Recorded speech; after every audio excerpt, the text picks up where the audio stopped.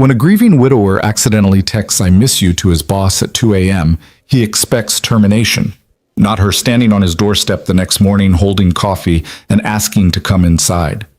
Evan Brooks never imagined his career-ending mistake would shatter the walls around Lauren Hale's heart, revealing a woman who understood his pain better than anyone alive.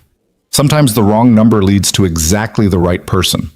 If you're watching from anywhere in the world, drop your city in the comments below. I want to see how far this story travels. And if Broken Hearts Finding Second Chances resonates with you, hit that like button and stay until the end. Trust me, you won't see this twist coming. The cursor blinked mockingly on Evan Brooks's phone screen at 2:47 a.m., the only light in his darkened bedroom cutting through shadows that felt heavier than they should.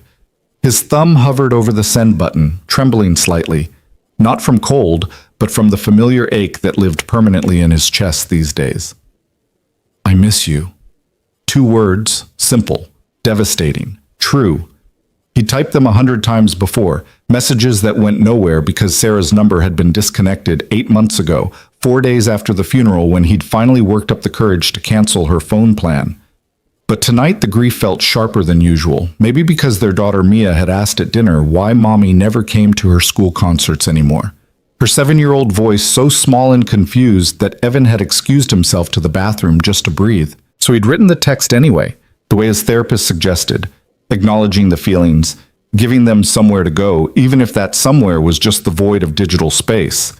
His vision blurred as he pressed send, watching the message disappear into whatever quantum realm held all the words we wish we could take back. Then his phone buzzed.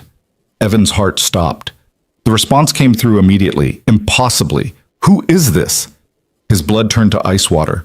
With shaking hands, he scrolled up to check the recipient, and his stomach dropped through the floor.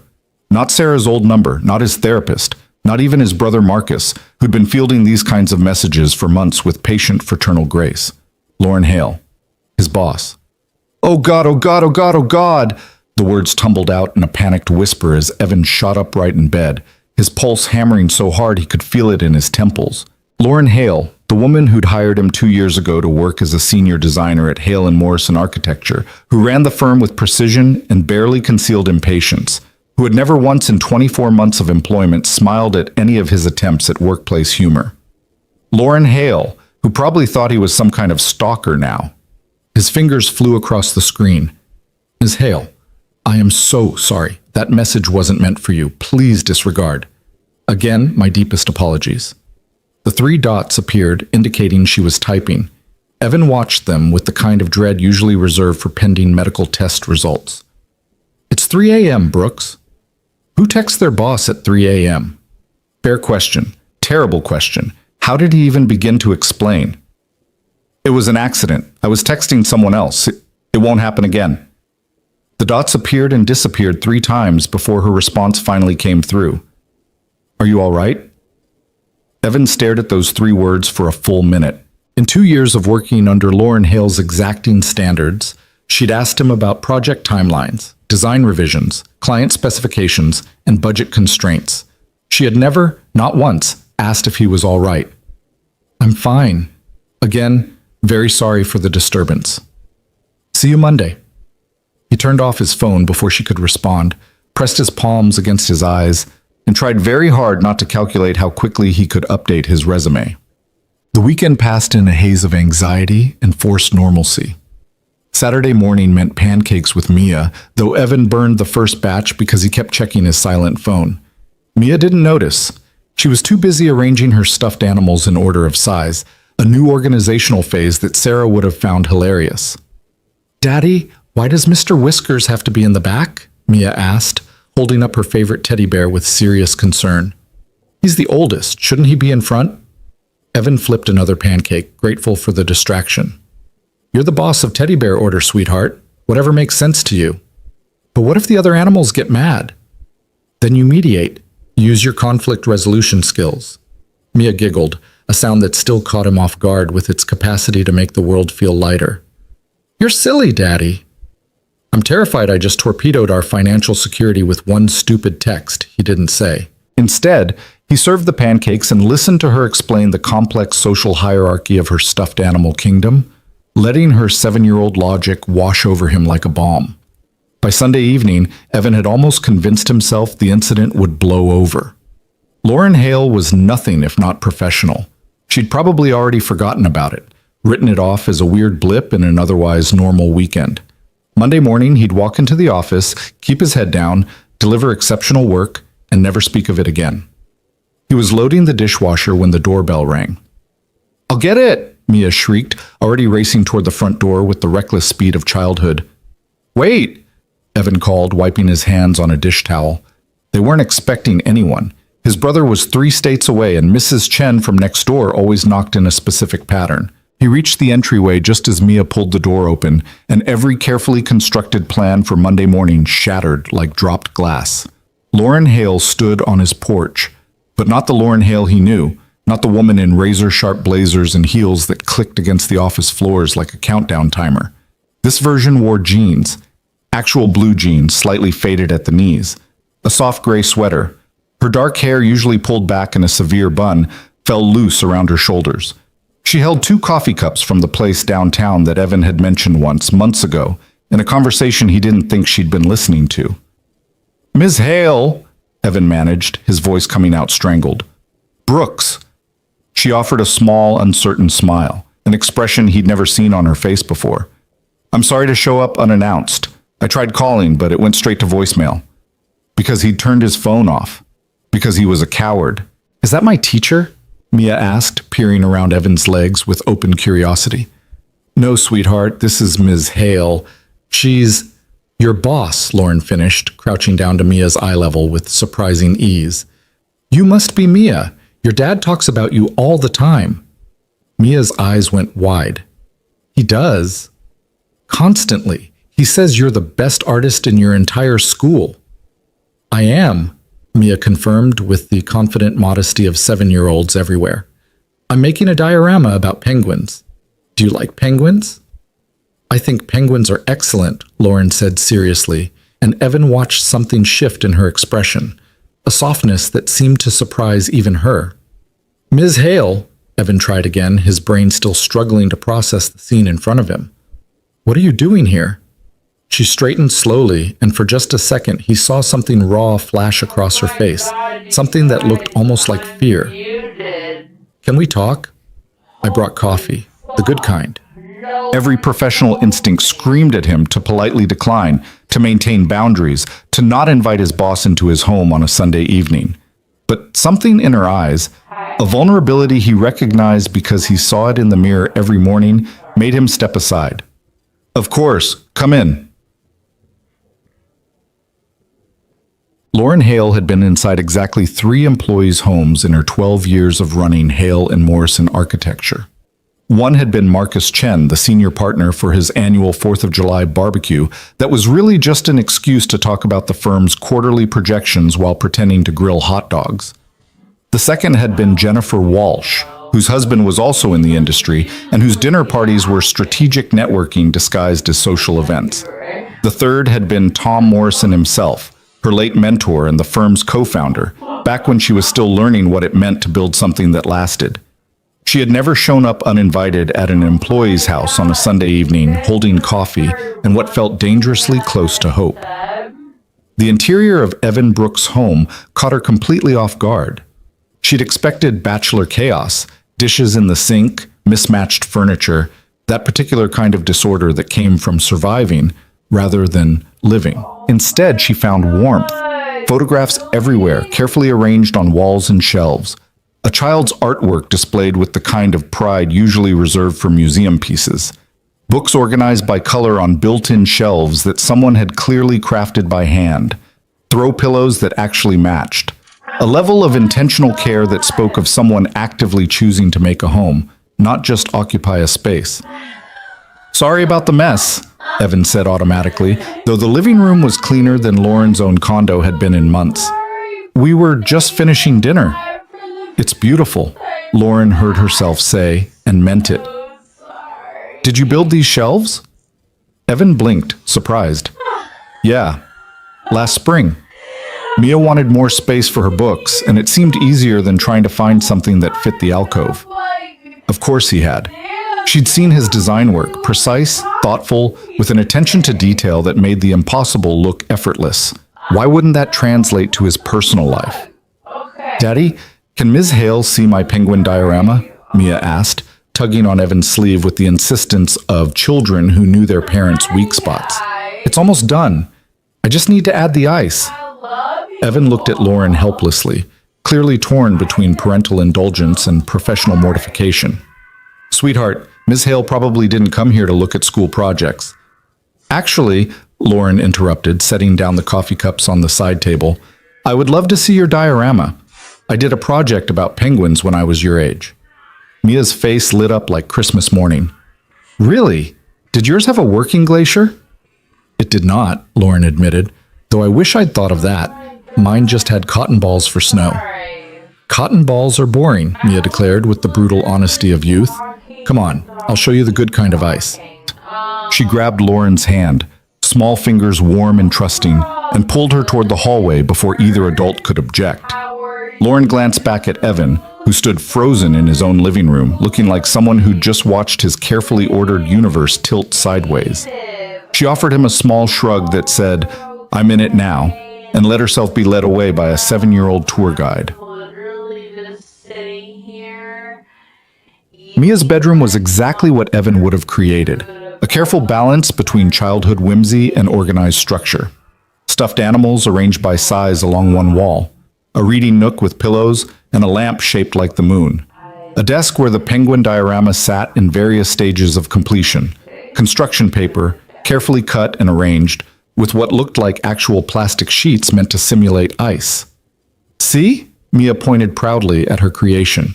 The penguins can slide on it. That's what they do in real life. They slide on their tummies. Lauren leaned in, genuinely impressed despite herself. This is really sophisticated work, Mia. The attention to detail is excellent.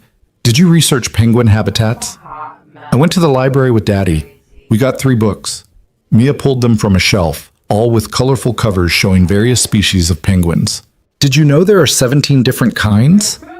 I didn't know that, Lauren said honestly, settling onto the floor beside the desk in a way that would have horrified anyone at the office who only knew her as someone who conducted meetings standing up. Which is your favorite? Emperor penguins. They're the biggest and the daddies take care of the eggs while the mommies hunt.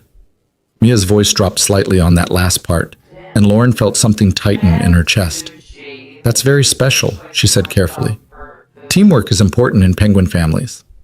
My mommy isn't here anymore, Mia said matter-of-factly, arranging 2 penguin figurines on the diorama's ice. She died when I was 6, but Daddy says she'd be proud of my projects. The words hit Lauren like a physical blow. She'd known, abstractly, that Evan was a widower.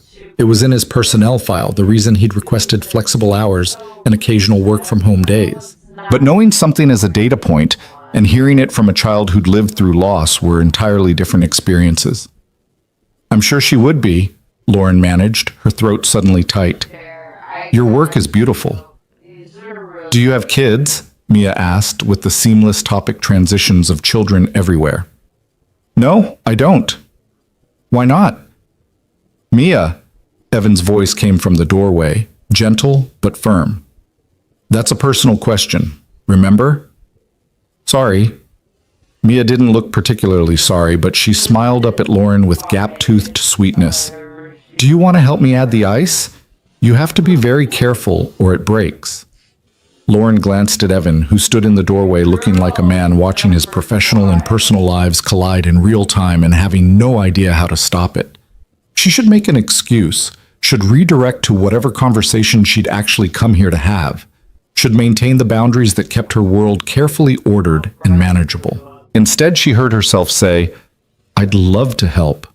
And 20 minutes later, Evan found himself watching his boss, his actual boss, the woman who'd once sent back a design revision with 14 separate notes and the comment, acceptable but not exceptional, kneeling on his daughter's bedroom floor, carefully applying strips of clear plastic to a shoebox diorama while Mia provided running commentary on proper Antarctic ice formation.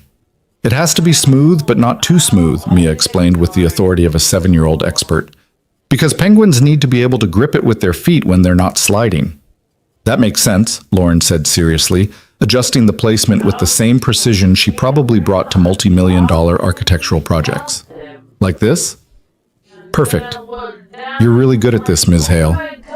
Thank you. I had a good teacher. Evan leaned against the doorframe, coffee growing cold in his hands, trying to reconcile the scene in front of him with everything he thought he knew about Lauren Hale.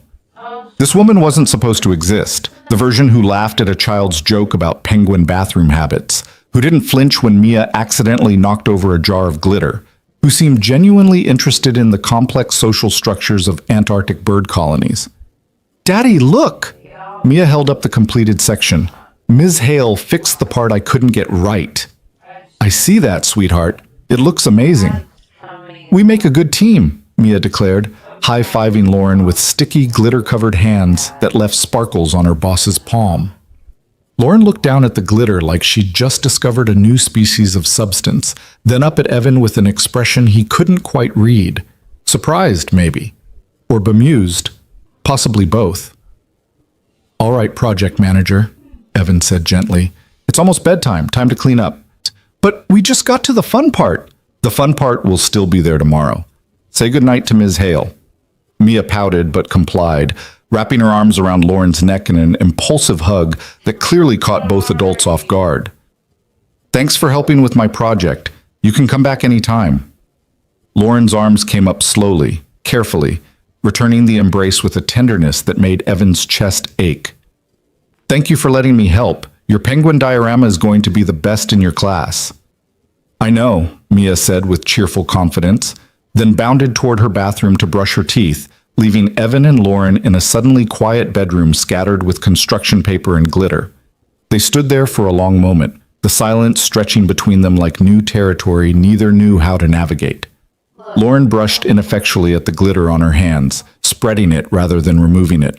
Evan noticed she was still kneeling on the floor and felt a surge of awkwardness at the informality of it all. She's wonderful, Lauren said finally, pushing herself to standing with less grace than she'd probably intended. You've done an incredible job with her. Thanks. She's pretty much raised herself, honestly. I just try not to mess it up too badly. Don't do that. The words came out sharper than seemed intended, and Lauren softened her tone immediately. Don't diminish what you've built here. This, she gestured around the carefully organized room, the evidence of love in every detail. This takes work, intentional work. Give yourself credit. Evan didn't know what to say to that, so he just nodded and led her back to the living room, hyper-aware of how domestic this all felt. Showing his boss to the door like she was a friend who'd stopped by for dinner, not the woman who controlled his career trajectory. They stood in the entryway, and Evan finally worked up the courage to ask the question that had been burning in his mind since she'd appeared on his doorstep. Ms. Hale, why are you here?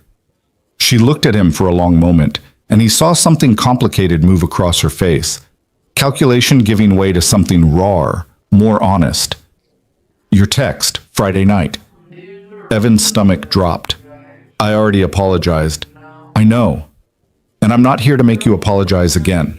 She took a breath, seemed to gather herself. Can we sit? They moved to the couch, carefully, maintaining appropriate distance, and Lauren stared at her hands for a moment before speaking. 5 years ago, I got a text like that, 2 a.m, from my husband's phone. Except, he'd been dead for 3 hours. The air left Evan's lungs. His Apple Watch, Lauren continued, her voice steady but distant, like she was reciting someone else's story. It was still on his wrist when they brought him into the ER. Heart attack at 43. No warning, no previous symptoms. 1 minute he was working late at the office, the next he was gone. And his watch, synced to his phone, sent out this automatic message to his emergency contacts.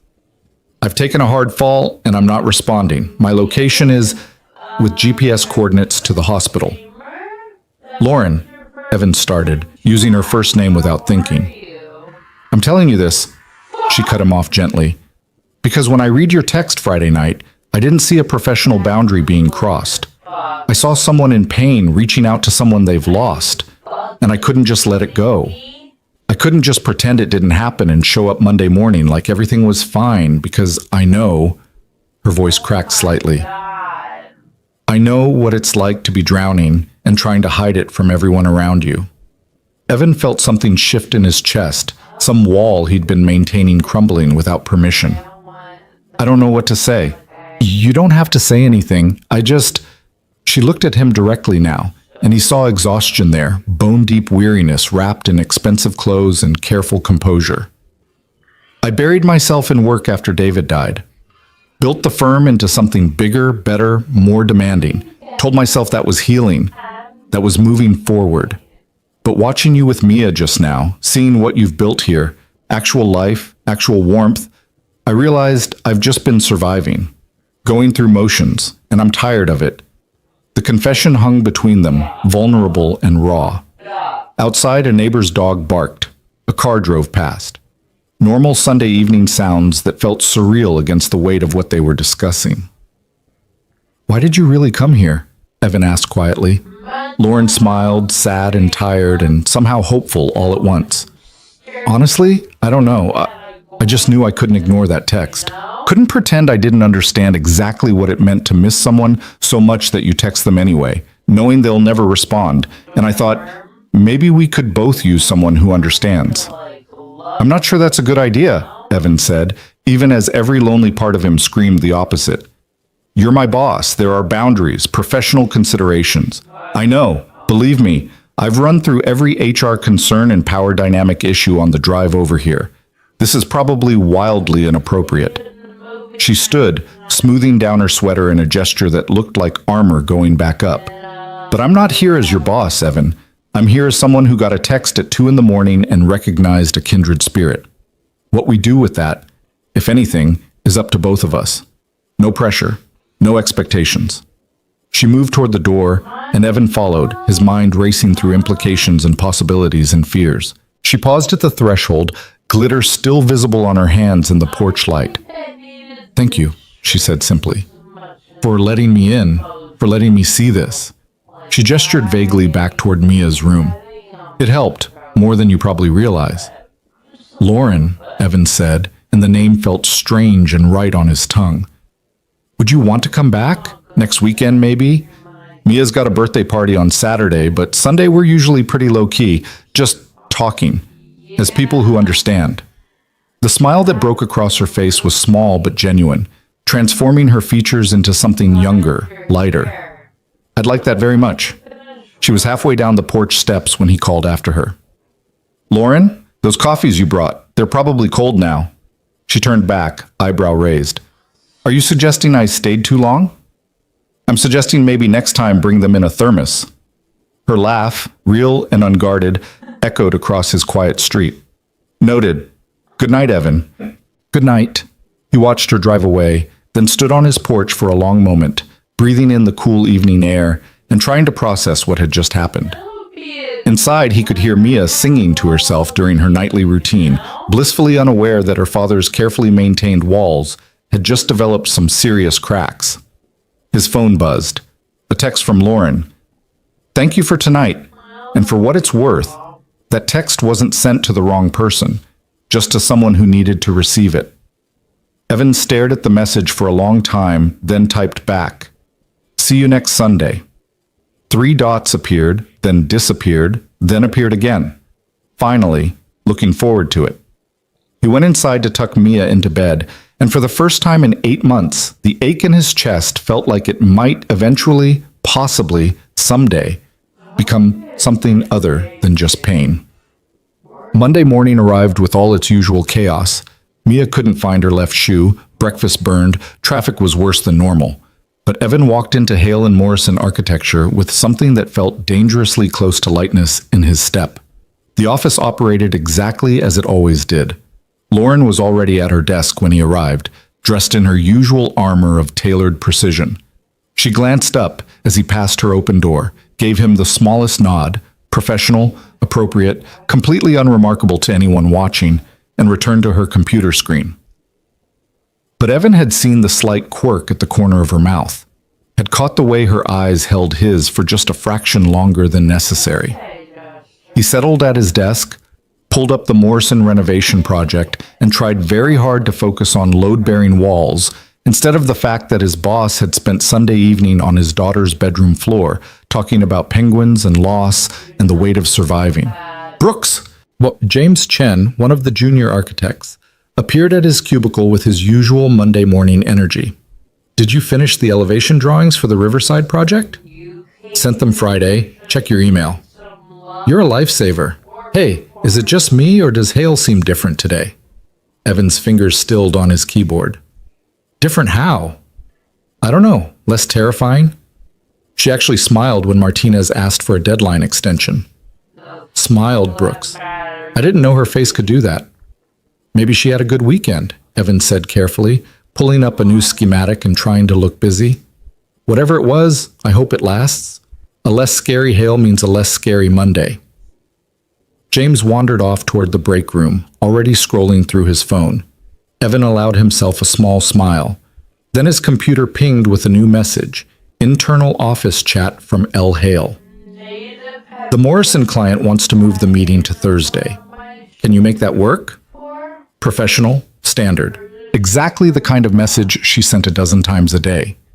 He typed back, Thursday works fine. A pause. Then, also, Mia's diorama. Did the ice hold overnight? Evan felt something warm settle in his chest. Still intact. She's planning to add snowflakes tonight. Tell her I'm impressed. That's advanced technique for second grade. Will do. Another pause, longer this time. The chat window showed L. Hale is typing, then nothing, then typing again.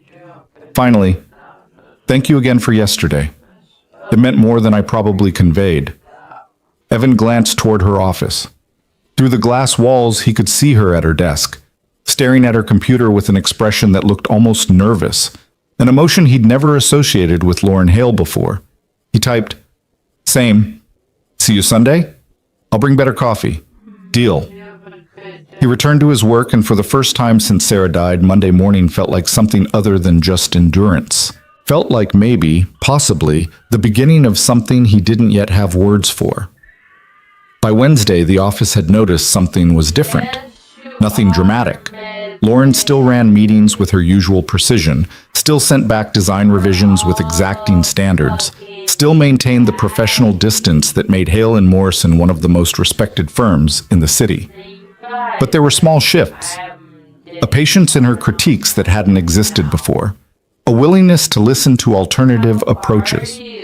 Once, Evan heard her laugh at something Marcus Chen said, a real laugh that made several junior staff members look up in surprise. She's definitely seen someone, Jennifer Walsh declared at Thursday's lunch table, where the associates gathered to decompress and gossip. That's the only explanation. Or she won the lottery, James suggested, or started meditating, or discovered really good antidepressants. I'm telling you, it's a man or a woman. I don't judge. But that is the glow of someone getting regular. Okay, Evan interrupted loudly, suddenly very interested in his sandwich. Maybe she just had a good weekend. People are allowed to be in good moods. Jennifer raised an eyebrow.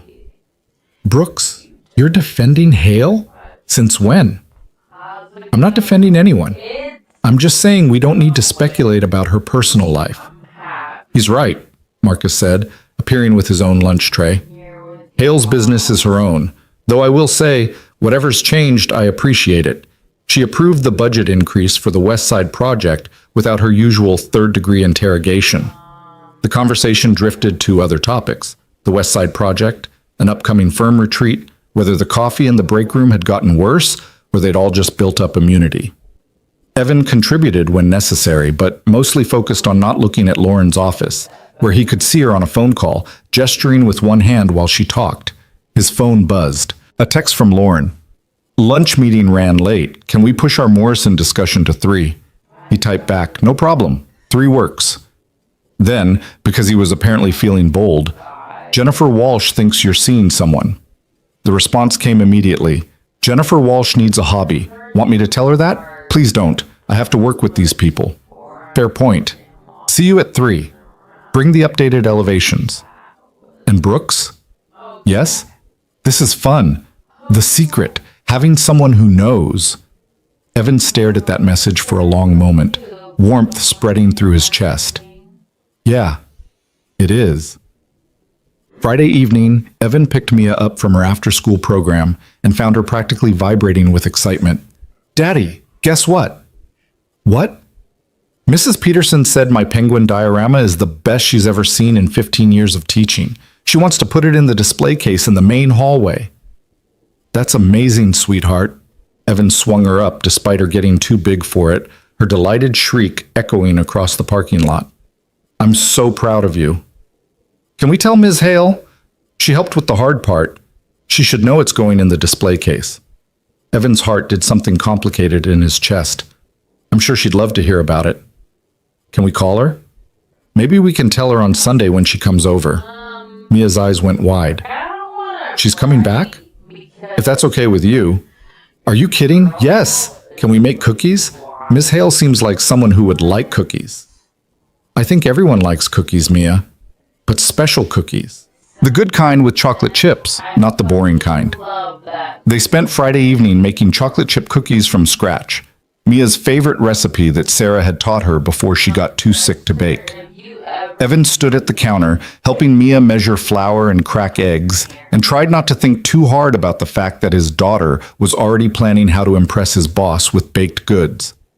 Daddy? Mia asked, while they waited for the first batch to finish baking. Yeah, sweetheart?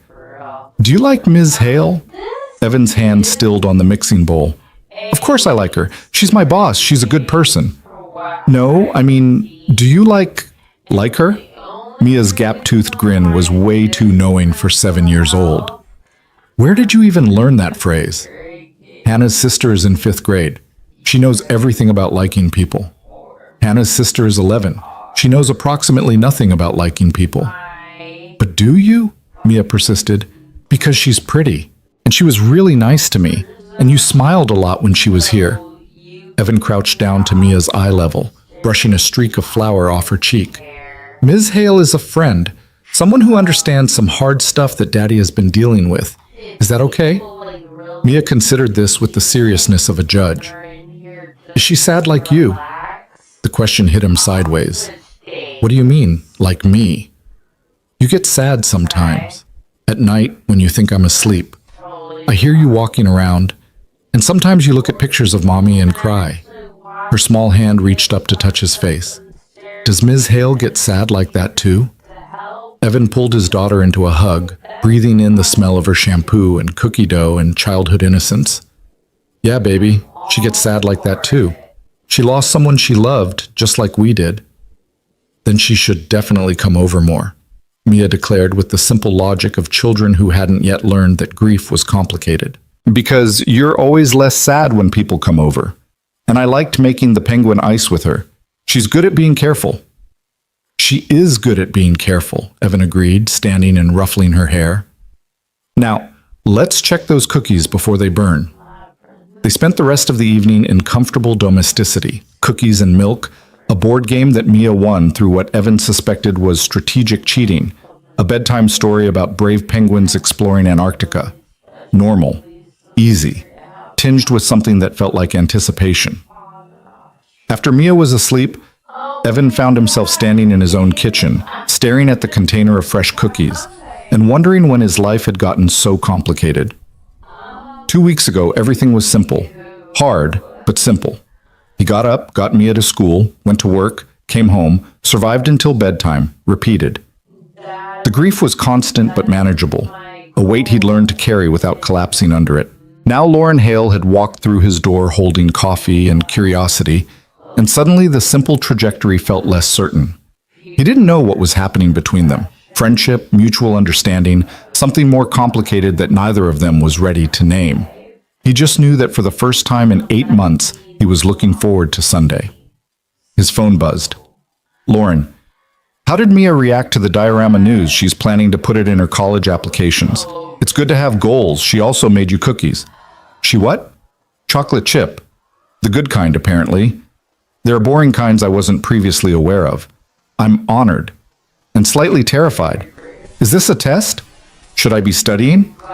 Evan laughed out loud in his quiet kitchen. Just be prepared to discuss Antarctic ice formation and penguin sliding techniques. I've been researching all week. I'm ready. Of course you have. Brooks, I don't do anything halfway. You should know this by now. He did know this. It was why her architecture projects were flawless, why her firm had the best reputation in 3 states, why she'd built walls so high that even grief couldn't breach them. Until, apparently, now. See you Sunday, he typed. 2 p.m., I'll be there. With good coffee. Looking forward to it. He set down his phone and looked around his kitchen. At the cookie crumbs on the counter, at Mia's artwork on the fridge, at the life he'd built from the wreckage of losing Sarah. It wasn't perfect. It was held together with routine and determination and the terrifying love he had for his daughter. But it was real. It was honest. And maybe, just maybe, there was room in it for someone who understood that survival and living weren't always the same thing. Sunday couldn't come fast enough. Sunday arrived with the kind of perfect autumn weather that felt almost deliberate. Crisp air, brilliant sunshine, leaves turning colors that belonged in paintings rather than suburban neighborhoods. Mia had been up since dawn, reorganizing her stuffed animals 3 times and checking the cookie container every 15 minutes to make sure they were still perfect. Daddy, what if she doesn't like chocolate chips? Mia asked for the 4th time, standing in front of her closet with the intensity of someone selecting an outfit for a presidential inauguration. Everyone likes chocolate chips, sweetheart. We've been through this. But what if she's allergic? What if we kill her with cookies? Evan looked up from where he was wiping down kitchen counters that were already clean. If she was allergic to chocolate, she would have mentioned it, and we're not going to kill anyone with baked goods. Hannah's sister says you should always make a good impression on important people. Hannah's sister is 11 and has never had a job interview in her life. Mia emerged from her closet wearing her favorite dress, the blue one with sunflowers that Sarah had bought her last spring. She'd been saving it for special occasions, and apparently Lauren's second visit qualified. How do I look? Beautiful. But you know Ms. Hale is just coming over to hang out, right? It's not a fancy party. I know, but Hannah's sister also says that presentation matters. Evan was going to have words with Hannah's sister. Come here. He knelt down, straightening the collar of Mia's dress, even though it didn't need straightening. Ms. Hale already thinks you're wonderful. You don't have to impress her. But what if she stops coming over? What if she decides we're boring? The vulnerability in his daughter's voice caught Evan off guard. Hey, look at me. He waited until her brown eyes, Sarah's eyes, met his. Nobody could ever find you boring, and Ms. Hale isn't going anywhere. She's coming over because she wants to, not because she has to, okay? Okay. Mia threw her arms around his neck and Evan held her, breathing in the scent of her strawberry shampoo and wondering when his 7-year-old had started worrying about whether people would stay. The doorbell rang at exactly 2 o'clock, because of course Lauren Hale was the kind of person who arrived on time even for casual Sunday visits. Mia raced to answer it, nearly tripping over her own feet in her excitement.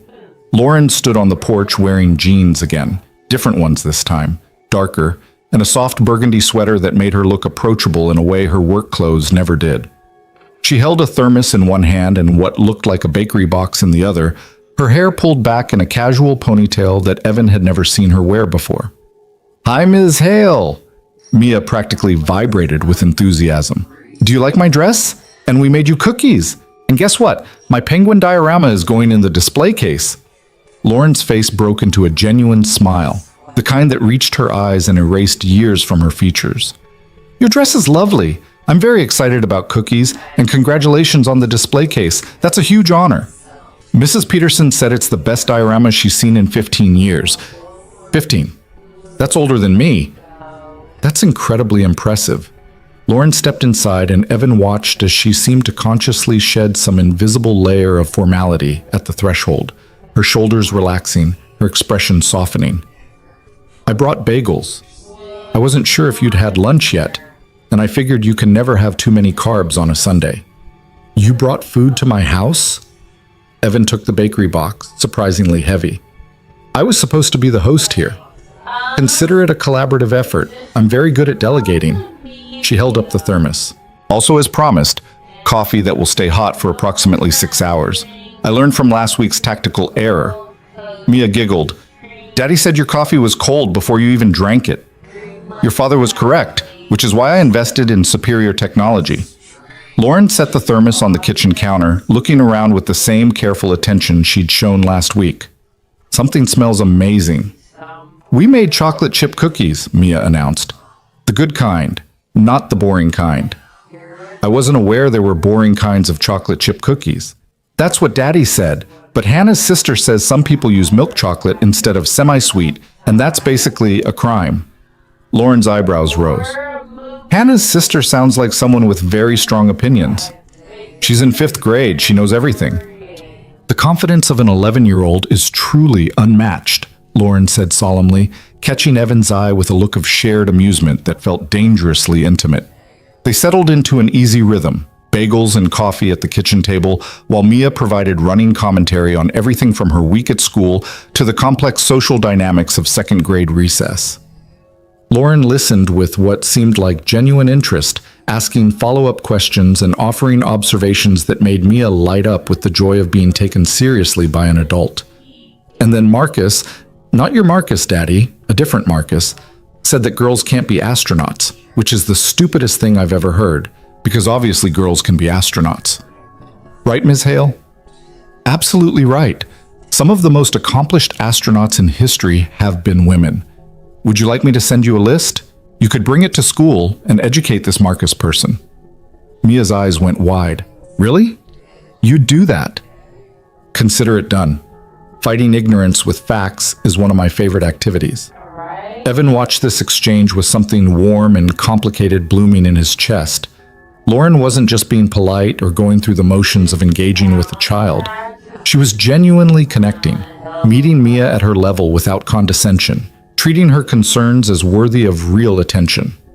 After lunch, Mia dragged Lauren to the living room to show her the new additions to her stuffed animal collection, a process that required detailed backstory for each new member of what Mia called the Council. This is Professor Whiskers. He's the oldest and wisest. And this is Lady Butterscotch. She's new but very brave. She once fought off a terrible dragon who was actually just the vacuum cleaner, but still. Lauren settled onto the floor with the same ease she'd shown last week, examining each stuffed animal with appropriate gravity. The council sounds very well organized. Do they have regular meetings? Every Thursday. We discuss important matters like bedtime negotiations and vegetable policies. Those are crucial issues. What's the current vegetable policy? Carrots are acceptable. Broccoli is under review. Brussels sprouts are banned forever. A reasonable stance, Lauren nodded seriously. Though I should mention that roasted Brussels sprouts with a little olive oil and salt are actually quite good. Mia looked scandalized. Ms. Hale, I thought we were friends. We are friends. Friends can disagree about vegetables. But Brussels sprouts smell like feet. That's a fair criticism. Have you tried them roasted? No, because they smell like feet. Lauren glanced at Evan, who was watching from the doorway with barely concealed amusement. Your daughter makes compelling arguments. She gets that from her mother, Evan said, the words slipping out before he could think better of them. The room went quiet for just a moment, the weight of Sarah's absence suddenly present in a way it hadn't been moments before. But Mia, with the resilience of children who'd learned to carry grief without being crushed by it, just nodded. Mommy hated Brussels sprouts too. She said they were little green balls of sadness. Lauren's expression shifted, something soft and understanding moving across her features. Your mother sounds like she had excellent taste. She did. Do you want to see her picture? We have lots. Evan tensed, unsure how to navigate this moment, but Lauren just said, I'd love to, if you want to show me. Mia bounded to the mantel where several framed photographs sat in careful arrangement. Sarah at their wedding, Sarah holding newborn Mia, Sarah laughing at something off camera with the kind of joy that seemed to radiate from the image itself. Mia picked up the largest frame, the one from their last family vacation before Sarah got sick, and handed it to Lauren with careful reverence. That's Mommy. She was really pretty and funny, and she made the best pancakes even though Daddy's are okay too. Thanks for that ringing endorsement, Evan murmured. Lauren studied the photograph with genuine attention, and Evan watched her face carefully, looking for signs of discomfort or pity or the awkward sympathy that most people offered when confronted with his dead wife's image. Instead, he saw only kindness. She was beautiful, Lauren said quietly. You have her smile, Mia. Daddy says I have her stubbornness too. That's probably also useful. Lauren handed the frame back with careful hands. Thank you for sharing her with me. Mia replaced the photograph on the mantel, adjusting it slightly to get the angle perfect, then turned back to Lauren with the swift topic changes of childhood. Do you want to help me build a fort? Daddy's not very good at structural integrity. I'm an architect, Evan protested. Structural integrity is literally my job. Yeah, but you always make the blankets too tight and then they fall down. Lauren stood, brushing imaginary dust from her jeans. I think I can help with that. I did spend 4 years studying load distribution and material tension. Perfect. You can be the chief engineer and Daddy can be the assistant who brings pillows. I'm being demoted in my own house, Evan said, but he was smiling as he gathered throw pillows and watched his daughter and his boss begin negotiating the optimal placement of blanket forts using terms that were probably overkill for a Sunday afternoon project, but that made Mia glow with importance. An hour later, they'd constructed what was objectively the most structurally sound blanket fort Evan had ever seen. Lauren had taken Mia's creative vision and translated it into something that actually worked, using couch cushions as load-bearing walls and carefully distributed tension across the draped sheets to create a space that felt both cozy and impressively stable. Now we have to test it, Mia declared, crawling inside with a flashlight and several stuffed animals. Come on, Mrs. Hale, you have to see if it works from the inside. Lauren glanced at Evan, a question in her eyes. He shrugged, grinning. You're the chief engineer. Quality control is part of the job. She crawled into the fort with Mia, folding her tall frame into the limited space with less grace than his daughter, but more determination. Evan heard them talking inside, Mia's excited chatter punctuated by Lauren's lower voice offering what sounded like professional assessment of the fort's interior design qualities. He stood there in his living room, surrounded by displaced furniture and scattered pillows, listening to his daughter giggle inside a blanket fort with a woman who 48 hours ago had been nothing more than his boss, and felt something shift in his chest. Not the sharp pain of grief he'd grown accustomed to, but something gentler, something that felt almost like healing. Daddy, you have to come in, Mia's voice emerged from the fort. There's room. Barely, Lauren added, her tone dry but amused.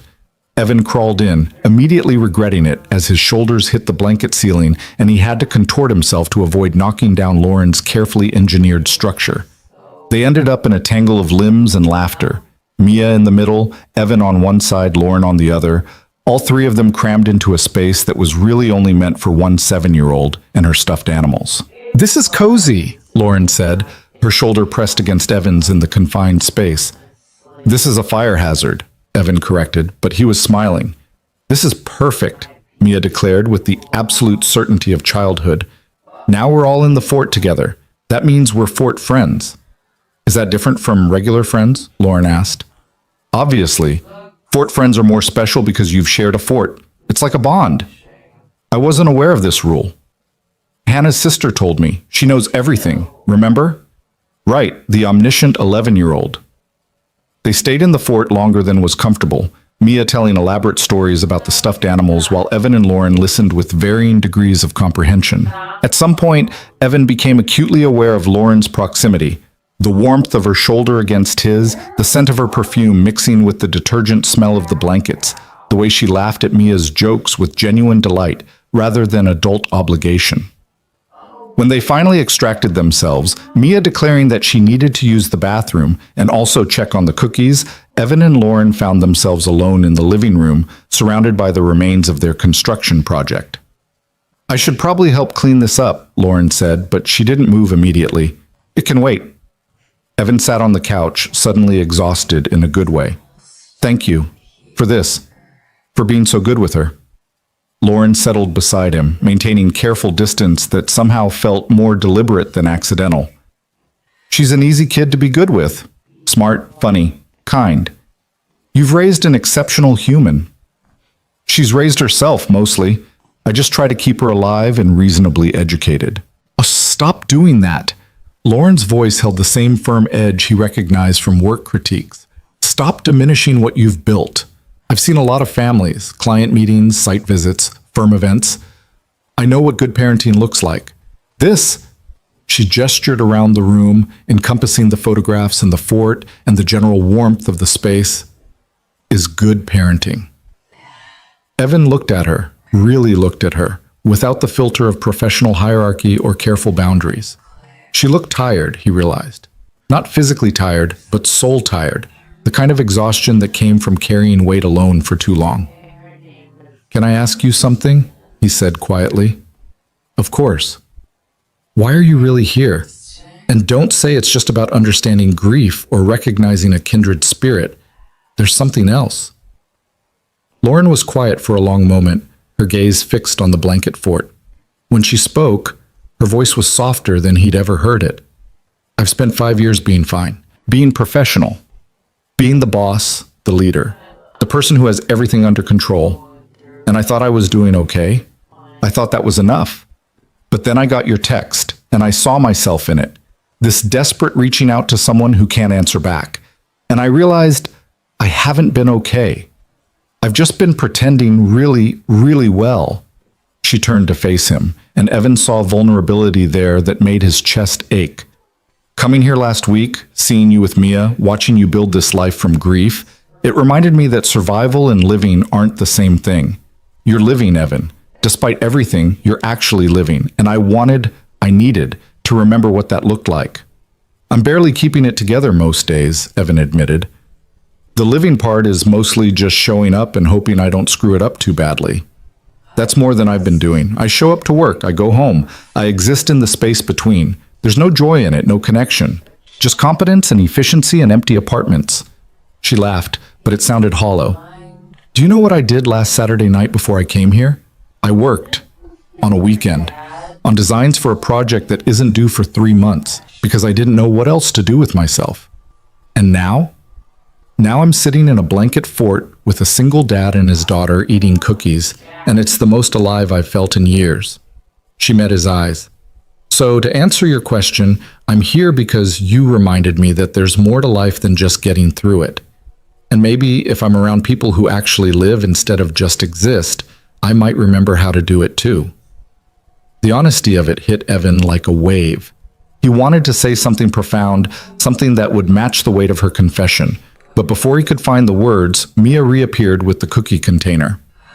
"Okay, now it's time for the cookie test. Ms. Hale has to try one and give it a rating out of 10. Hannah's sister says professional feedback is important." Lauren accepted a cookie with appropriate ceremony, taking a bite while Mia watched with the intensity of someone awaiting a jury verdict. "These are excellent, easily a 9.5. "Why not 10? Mia demanded. "Because I believe in always leaving room for improvement. But these are genuinely some of the best chocolate chip cookies I've ever had." "Better than store-bought?" "Infinitely better than store-bought." Mia beamed, then handed a cookie to Evan. "What's your rating, Daddy?" "Bias 10. Everything you make is perfect." "That doesn't count. You're my dad. You have to say that." She turned back to Lauren. "Do you want to take some home? We made a lot." "I would love that. Thank you."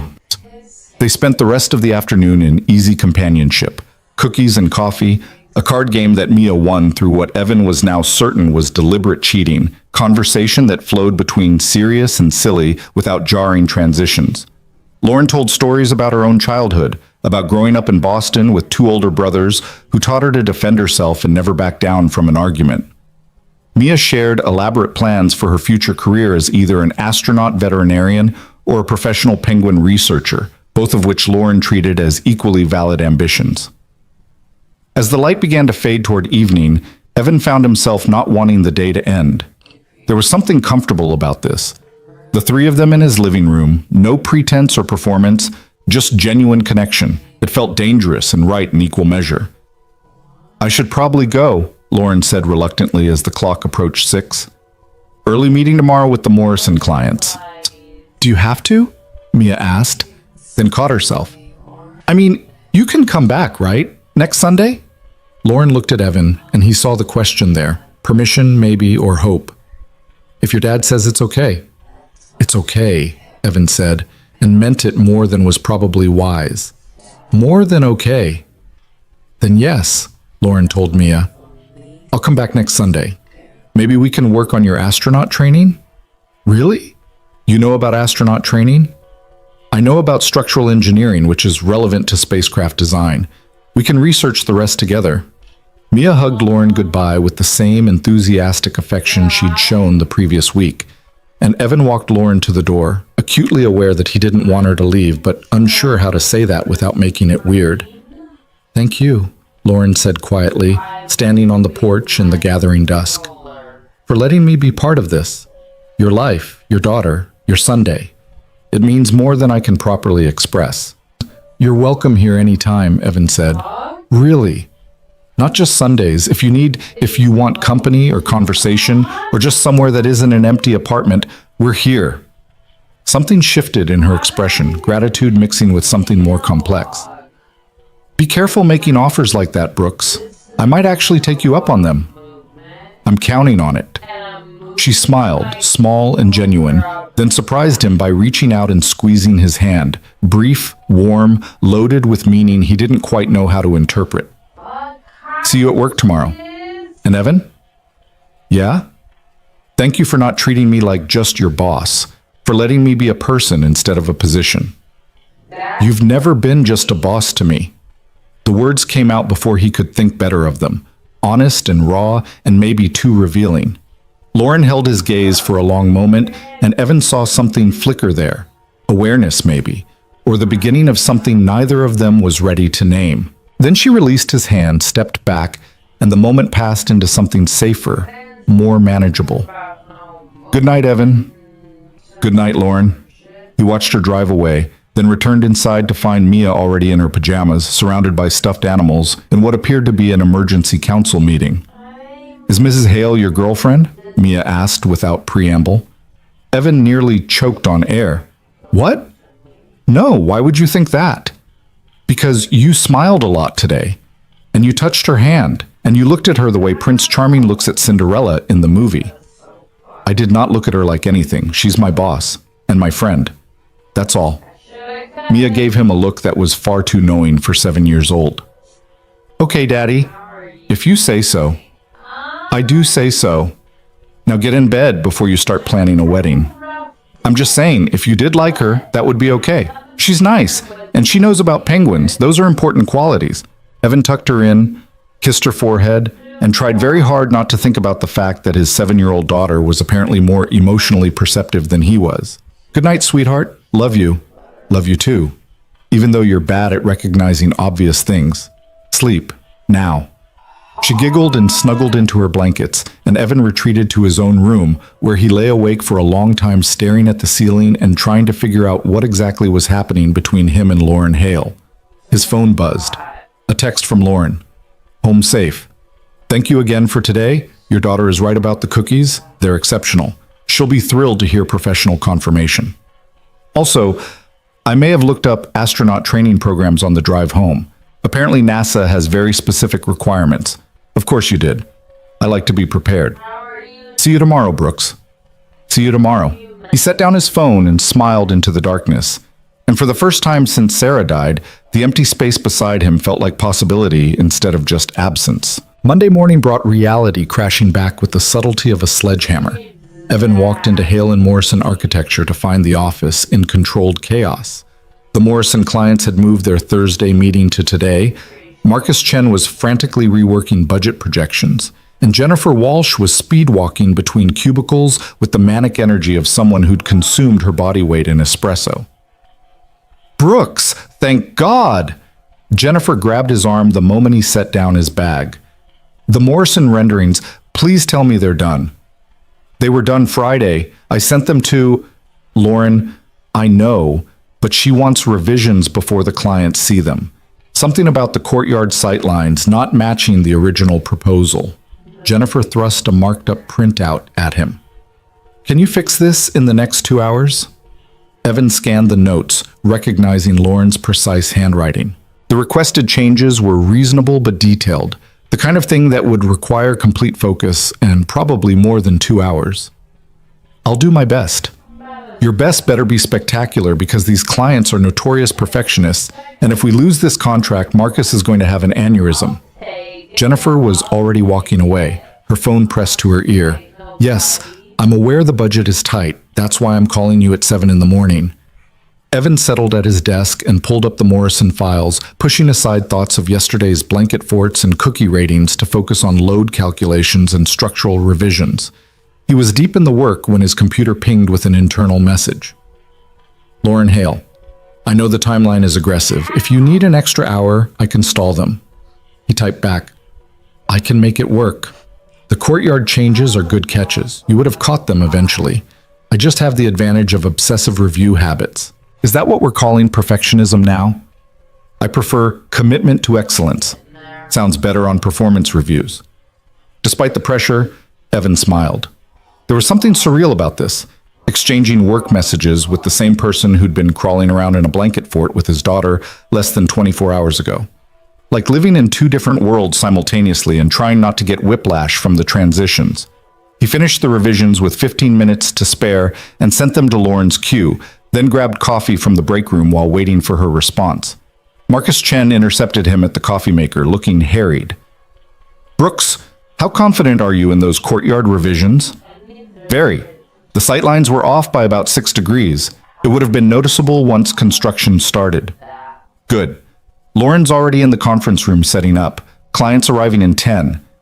Marcus grabbed his own coffee, dumped in 3 sugars, and gave Evan a considering look. You've been doing solid work lately, more focused. Whatever you're doing, keep it up.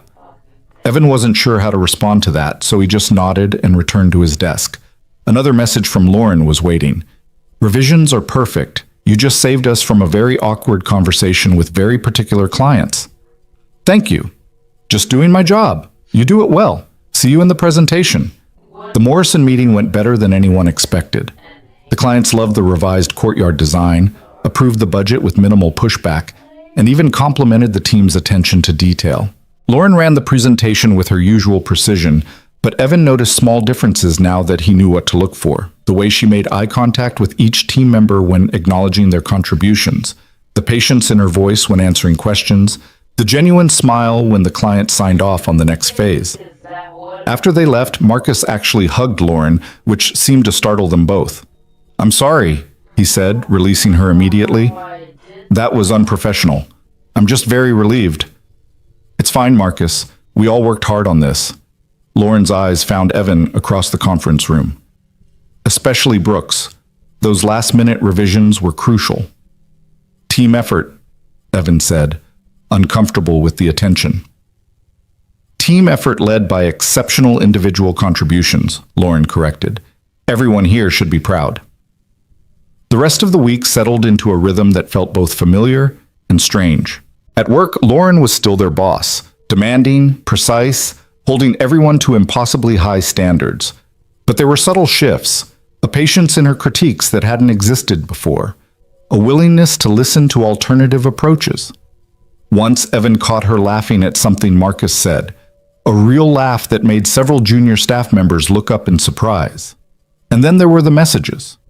Nothing inappropriate, nothing that would raise eyebrows if someone happened to see them, but threaded through the professional communications were tiny personal notes that felt like secrets. Tuesday afternoon. Mia's astronaut research packet is ready. Turns out NASA has very specific height requirements. She might need to grow a few more inches. Wednesday morning. I tried making chocolate chip cookies last night. They were inedible. Apparently following a recipe requires actually measuring ingredients rather than approximating. Thursday evening. Marcus asked if I was seeing someone. I told him I'd recently reconnected with an old friend. Not technically a lie.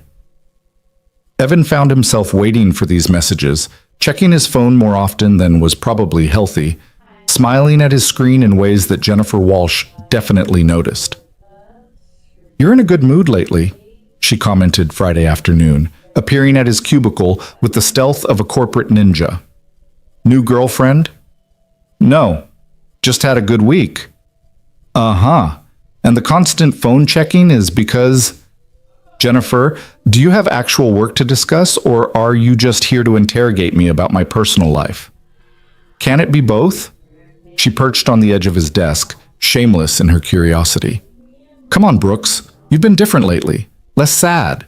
More engaged. Something changed. Evan considered how to respond. Jennifer was nosy, but not malicious. and he'd known her long enough to recognize genuine concern beneath the gossip.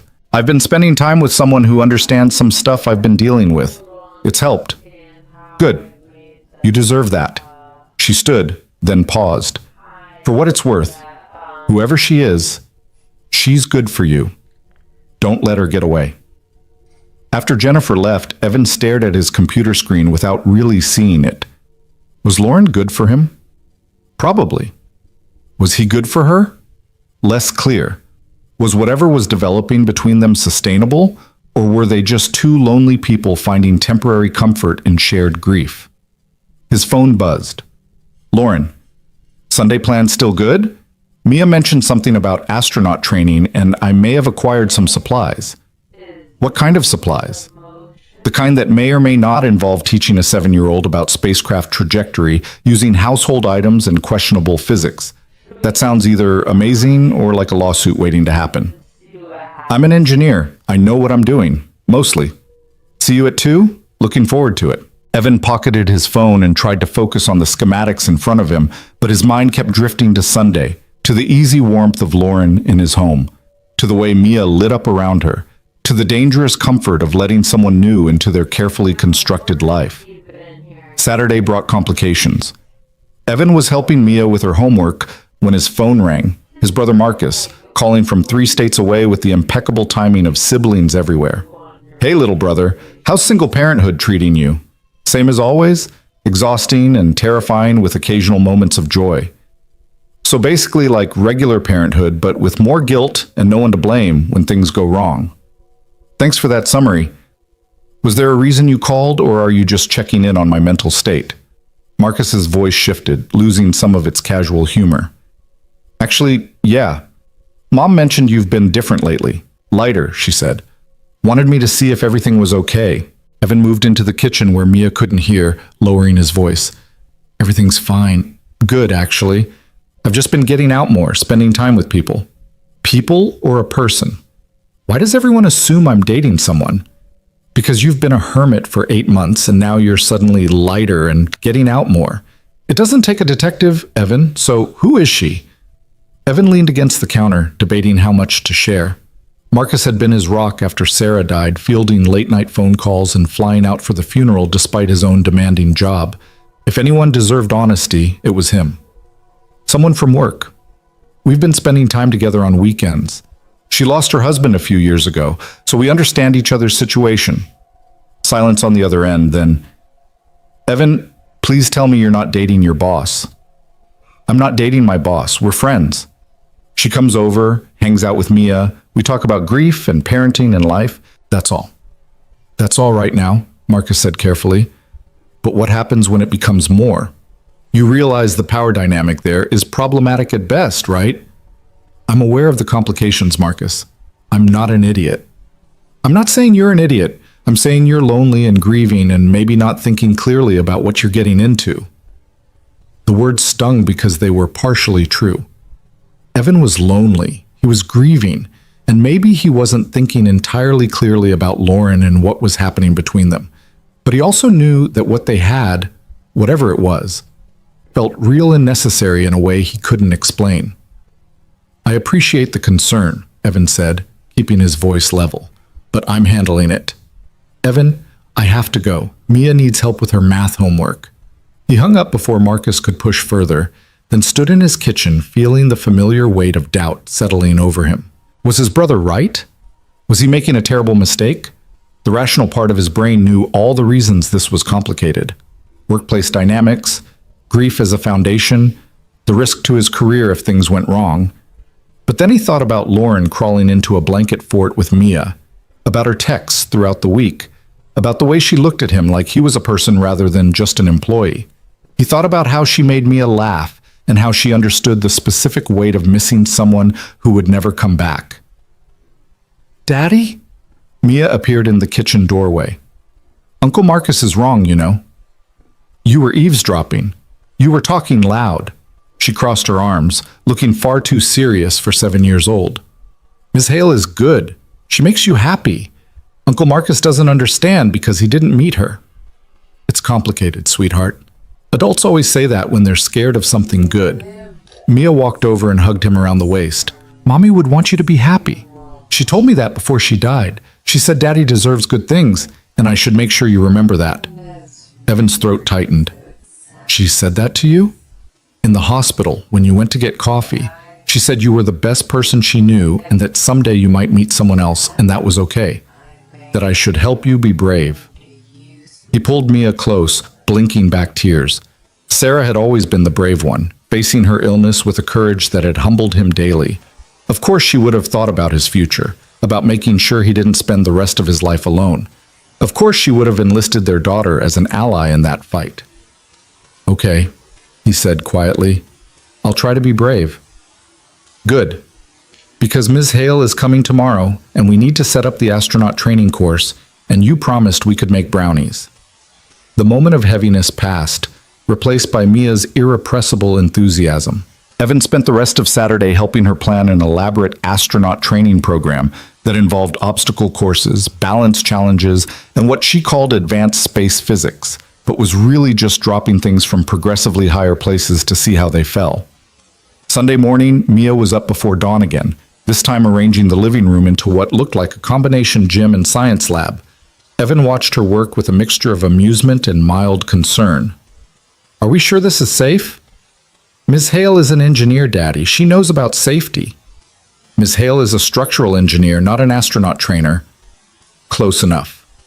When Lauren arrived at exactly 2 o'clock, she took one look at Mia's setup and burst out laughing. This is ambitious. I'm impressed and slightly terrified. I made a training manual. Mia thrust a crayon-illustrated booklet at her. It has all the challenges and scoring systems and everything. Lauren flipped through the pages, her expression shifting from amused to genuinely impressed. You created a comprehensive training program with progressive difficulty levels and safety protocols. Mia, this is actually excellent work. Hannah's sister helped with the organization, but the challenges are all mine. Hannah's sister continues to be a valuable resource. Lauren looked at Evan over Mia's head, her eyes dancing with laughter. Are you ready for this? I don't think anyone could be ready for this, but I'm willing to try. What followed was 2 hours of controlled chaos. Lauren took Mia's training program seriously, working through each challenge with the same attention to detail she brought to architectural projects. They tested balance by walking along a line of tape on the floor, practiced zero-gravity movement by seeing how slowly they could complete tasks, and conducted experiments in applied physics that mostly involved dropping eggs from increasingly questionable heights. Through it all, Lauren was patient and engaged, turning Mia's childish games into actual learning opportunities without making it feel like school. She explained trajectory and velocity in terms a 7-year-old could understand, demonstrated center of gravity using broom handles and books, and even improvised a lesson on air pressure using balloons and a hairdryer. Evan watched from the sidelines, ostensibly supervising but mostly just marveling at how naturally Lauren had integrated into their lives. She looked different here, relaxed, animated, years younger than her office persona. Her hair kept falling out of its ponytail, and she'd given up fixing it, letting it frame her face in a way that made her look approachable, almost vulnerable. Daddy, it's your turn, Mia announced. You have to do the balance challenge. I thought I was just here to provide moral support. Everyone has to do the challenges. That's the rule. Lauren grinned at him from where she sat cross-legged on the floor, surrounded by the remains of their physics experiments. Come on, Brooks, show us your astronaut potential. He attempted the balance challenge with significantly less grace than either of the women in his life, wobbling his way along the tape line while Mia provided running commentary on his form. Daddy, your arms are too stiff. Ms. Hale, tell him about center of gravity. Your daughter's right, Lauren said, standing up to demonstrate proper balance posture. You need to engage your core and keep your center of gravity low, like this. She moved beside him, and suddenly they were very close, her hands coming to rest lightly on his shoulders to adjust his stance. Evan froze, hyper-aware of her proximity, the warmth of her touch, the faint scent of her perfume. Better, she said quietly, and when he looked at her, he saw something in her eyes that had nothing to do with balance challenges or astronaut training, something that made his pulse quicken and his breath catch. This is boring, Mia declared, shattering the moment. You're both already good at balance. Let's do the egg drop experiment again. Lauren stepped back, clearing her throat. Right, eggs, very important scientific inquiry. They moved on to the next challenge, but something had shifted. Evan caught Lauren watching him when she thought he wasn't looking. Their hands brushed, reaching for supplies, and neither pulled away immediately. When Mia ran to the bathroom, they stood in the sudden quiet of the living room, surrounded by the evidence of the afternoon's activities, and Evan finally said what had been building in his chest for weeks. "This is more than friendship, isn't it?" Lauren met his eyes, and he saw his own uncertainty reflected there, mixed with something that looked like hope. "I don't know. Maybe. Probably. I'm terrible at this, Evan. I haven't dated anyone since David died. Haven't even wanted to. And the fact that you're my employee makes this so complicated. I know. My brother called yesterday to tell me I was making a terrible mistake." "Are we? Making a terrible mistake?" "Honestly, I have no idea. All I know is that you make me feel like a person again, instead of just a father and an employee. You make Mia laugh. You crawl into blanket forts and conduct egg drop experiments and text me about failed cookie attempts. And I look forward to Sundays more than I've looked forward to anything in 8 months. I renovated my entire condo this week," Lauren said suddenly, "moved furniture, changed curtains, bought actual groceries instead of just eating takeout. Because being here with you and Mia reminded me that spaces are supposed to feel like homes, not just places to sleep between workdays. You've changed something in me, Evan. Woken something up that I thought died with David. So what do we do? I don't know. We could ignore it, maintain professional boundaries, keep things safely platonic. That would be the smart choice. Do you want to make the smart choice?"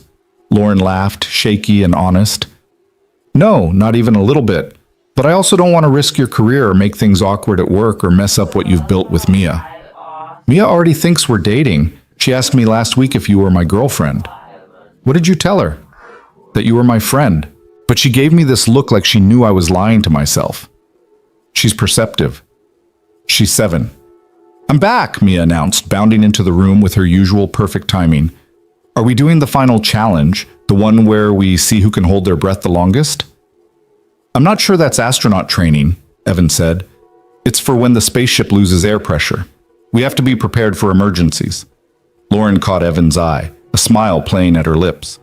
Your daughter makes excellent points about emergency preparedness. They spent the next hour on Mia's final challenges, and if their fingers lingered when passing supplies, if their eyes met more often than strictly necessary, if the air between them felt charged with possibility, well, Mia was too busy being an astronaut in training to notice. As evening approached and they cleaned up the remains of their experiments, Mia turned to Lauren with sudden seriousness. Miss Hale, do you like my daddy? Lauren froze in the middle of gathering tape from the floor. Evan stopped breathing. Of course I like your daddy, Lauren said carefully. He's a very good person. No, I mean, do you like him? The way grown-ups like each other when they want to kiss and stuff? Mia! Evan felt his face burning. That's not... You can't just... It's okay, Lauren interrupted, setting down the tape and crouching to Mia's eye level. Can I ask you a question first? Mia nodded solemnly.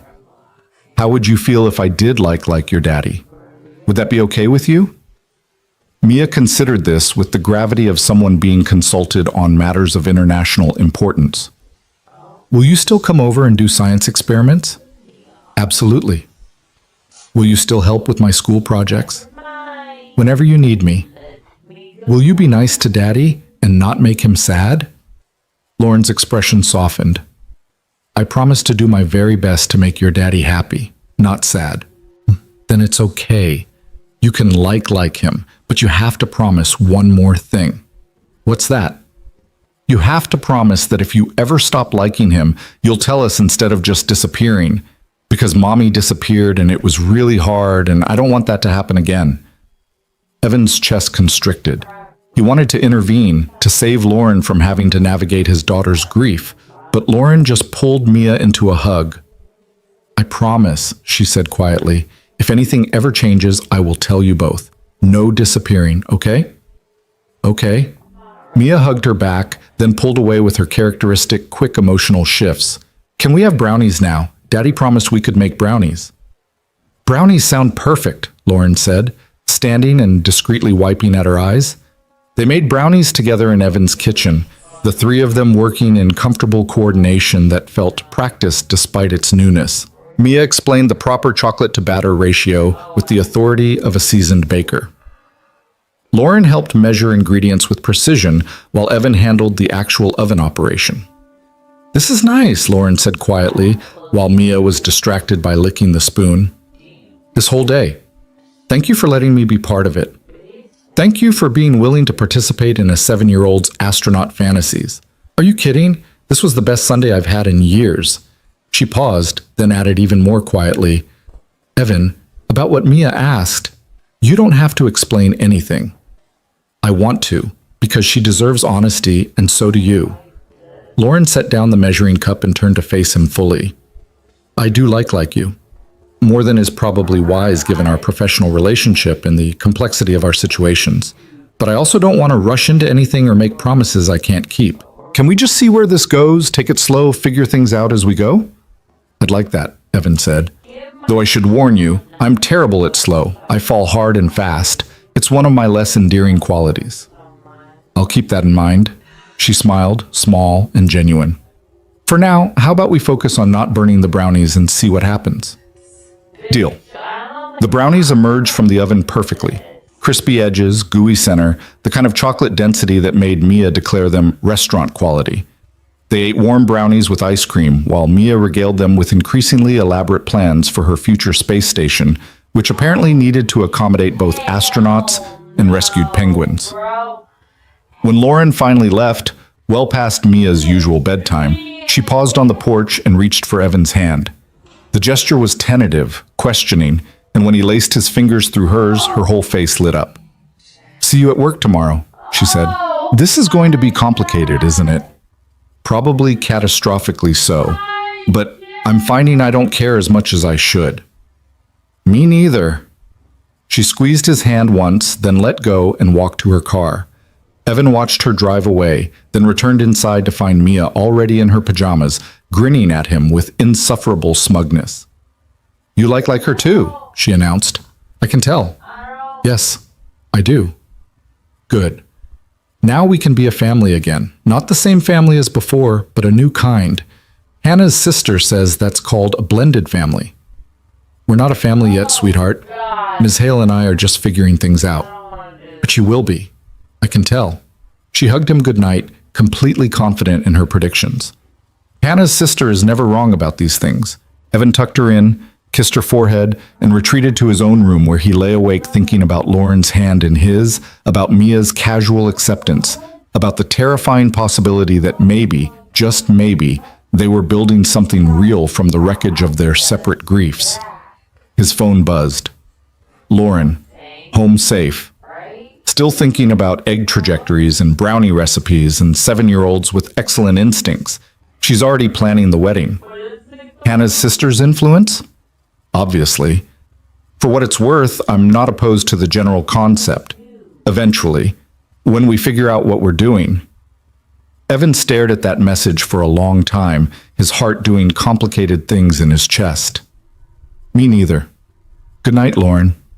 Good night, Evan. Sweet dreams.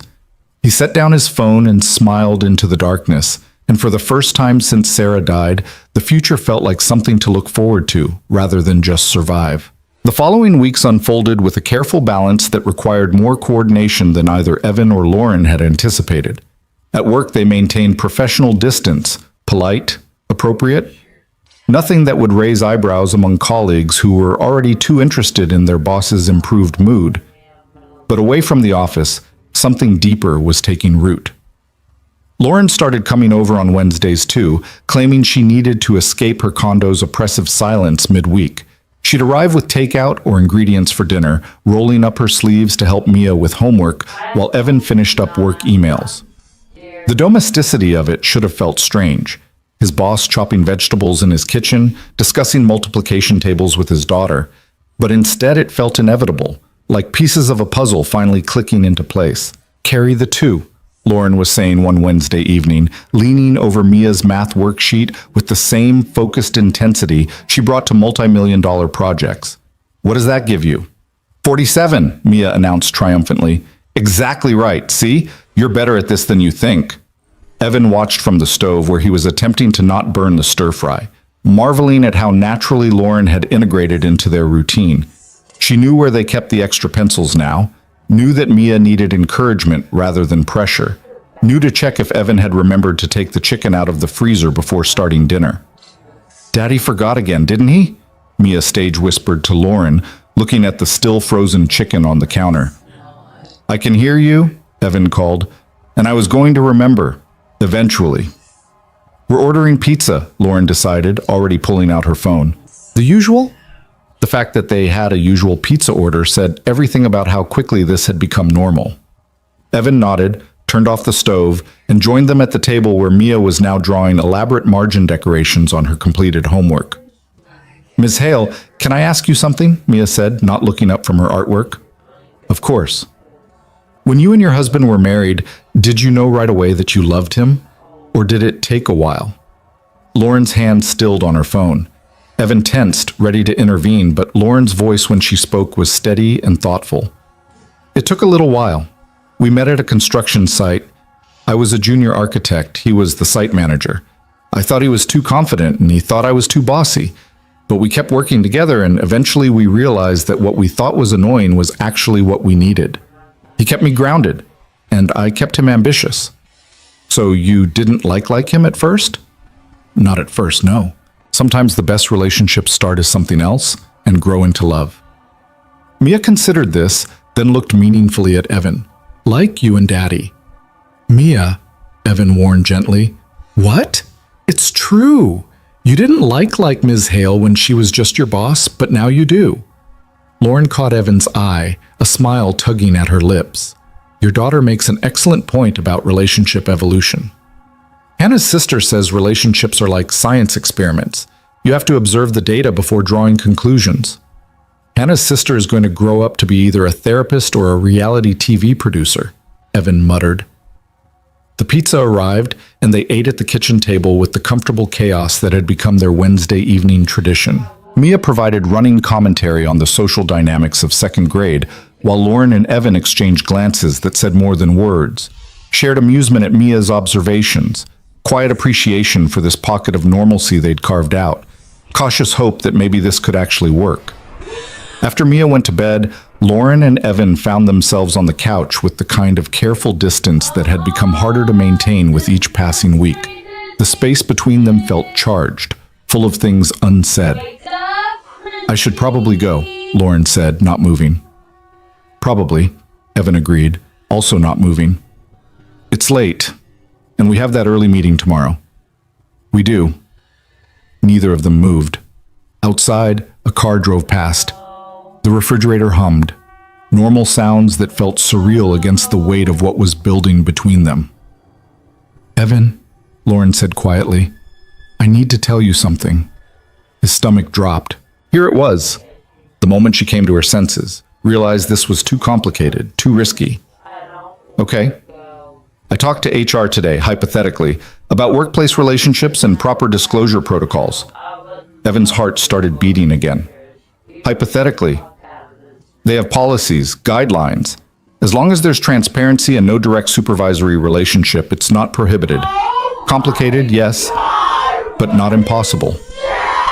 She finally looked at him, and he saw vulnerability there mixed with determination. I wanted to know what our options were. If we decided to make this something official, what did you find out? That I'd need to recuse myself from your performance reviews, that we'd need to disclose the relationship to Marcus and the senior partners, that there would be some awkwardness and probably gossip and definitely scrutiny. She took a breath. And that despite all of that, it would be worth it, if you wanted it too. Evan reached for her hand, lacing their fingers together the way he'd been wanting to do all evening. I want it too. I'm terrified of messing it up, of what it means for Mia, of navigating work dynamics and explaining this to my family. But I want it. We'd have to tell Mia first, make sure she really understands what this means. She already knows what this means, She's been planning our wedding since the blanket fort incident. Lauren laughed, leaning into him with a naturalness that felt like coming home. We should probably date for a while before jumping to wedding planning. You haven't met Hannah's sister. She's very efficient with her relationship timelines. They sat in comfortable silence for a moment, hands intertwined, the enormity of what they were choosing settling over them. This wasn't grief-seeking comfort anymore. This was something real and complicated and worth fighting for. I miss him, Lauren said suddenly. David, I still miss him every day, and I need you to know that being with you doesn't change that, doesn't diminish what I had with him. I know. I miss Sarah too. Probably always will. Evan squeezed her hand. But I'm learning that missing them and moving forward aren't mutually exclusive. We can honor what we had while building something new. When did you get so wise? Extensive therapy and a 7-year-old who refuses to let me wallow in sadness. Lauren tilted her head to look at him, and Evan saw his own cautious hope reflected in her eyes. So we're doing this? Actually doing this? Yeah, we're doing this. She kissed him then, soft and tentative and full of promise. It was their first kiss, and it tasted like pizza and possibility and the courage it took to choose hope over safety. When they finally pulled apart, Lauren was smiling in a way that transformed her entire face. I should definitely go now, before Mia wakes up and finds us making out on the couch like teenagers. Probably wise. See you at work tomorrow, where I will be extremely professional and not at all distracted by the fact that I just kissed my employee. I'm really looking forward to seeing how that goes. Lauren left, but not before kissing him one more time at the door, and Evan stood in his entryway for a long moment after she drove away, touching his lips and trying to process the fact that his life had just shifted into entirely new territory. His phone buzzed. Lauren. That was even better than I imagined it would be. You imagined it? Extensively, for weeks. I'm very thorough in my planning. Good to know. Should I be worried about how detailed these plans are? Definitely. I've been researching relationship best practices the way I research building codes. I have spreadsheets. Evan laughed out loud in his empty hallway. Of course you do. Sleep well, Evan. Dream of engineering principles and proper disclosure protocols. You certainly know how to talk dirty to an architect. I have hidden talents. Good night. Good night, Lauren. The next morning, Evan woke to find Mia standing beside his bed, staring at him with unsettling intensity. You kissed her, she announced. Evan shot upright. Were you spying? I got up for water and you were on the couch doing gross grown-up stuff. It wasn't gross, it was... Wait, how long were you watching? Long enough to know you're officially boyfriend-girlfriend now. Hannah's sister is going to be so excited when I tell her. Mia, you can't tell Hannah's sister, or anyone, not yet. Ms. Hale and I need to figure some things out first. Mia climbed onto the bed, settling beside him with the seriousness of someone about to deliver important news. Daddy, I need to tell you something. Okay?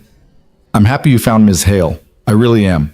She's nice and smart and she knows about penguins, but I'm also a little scared. Evan's chest tightened.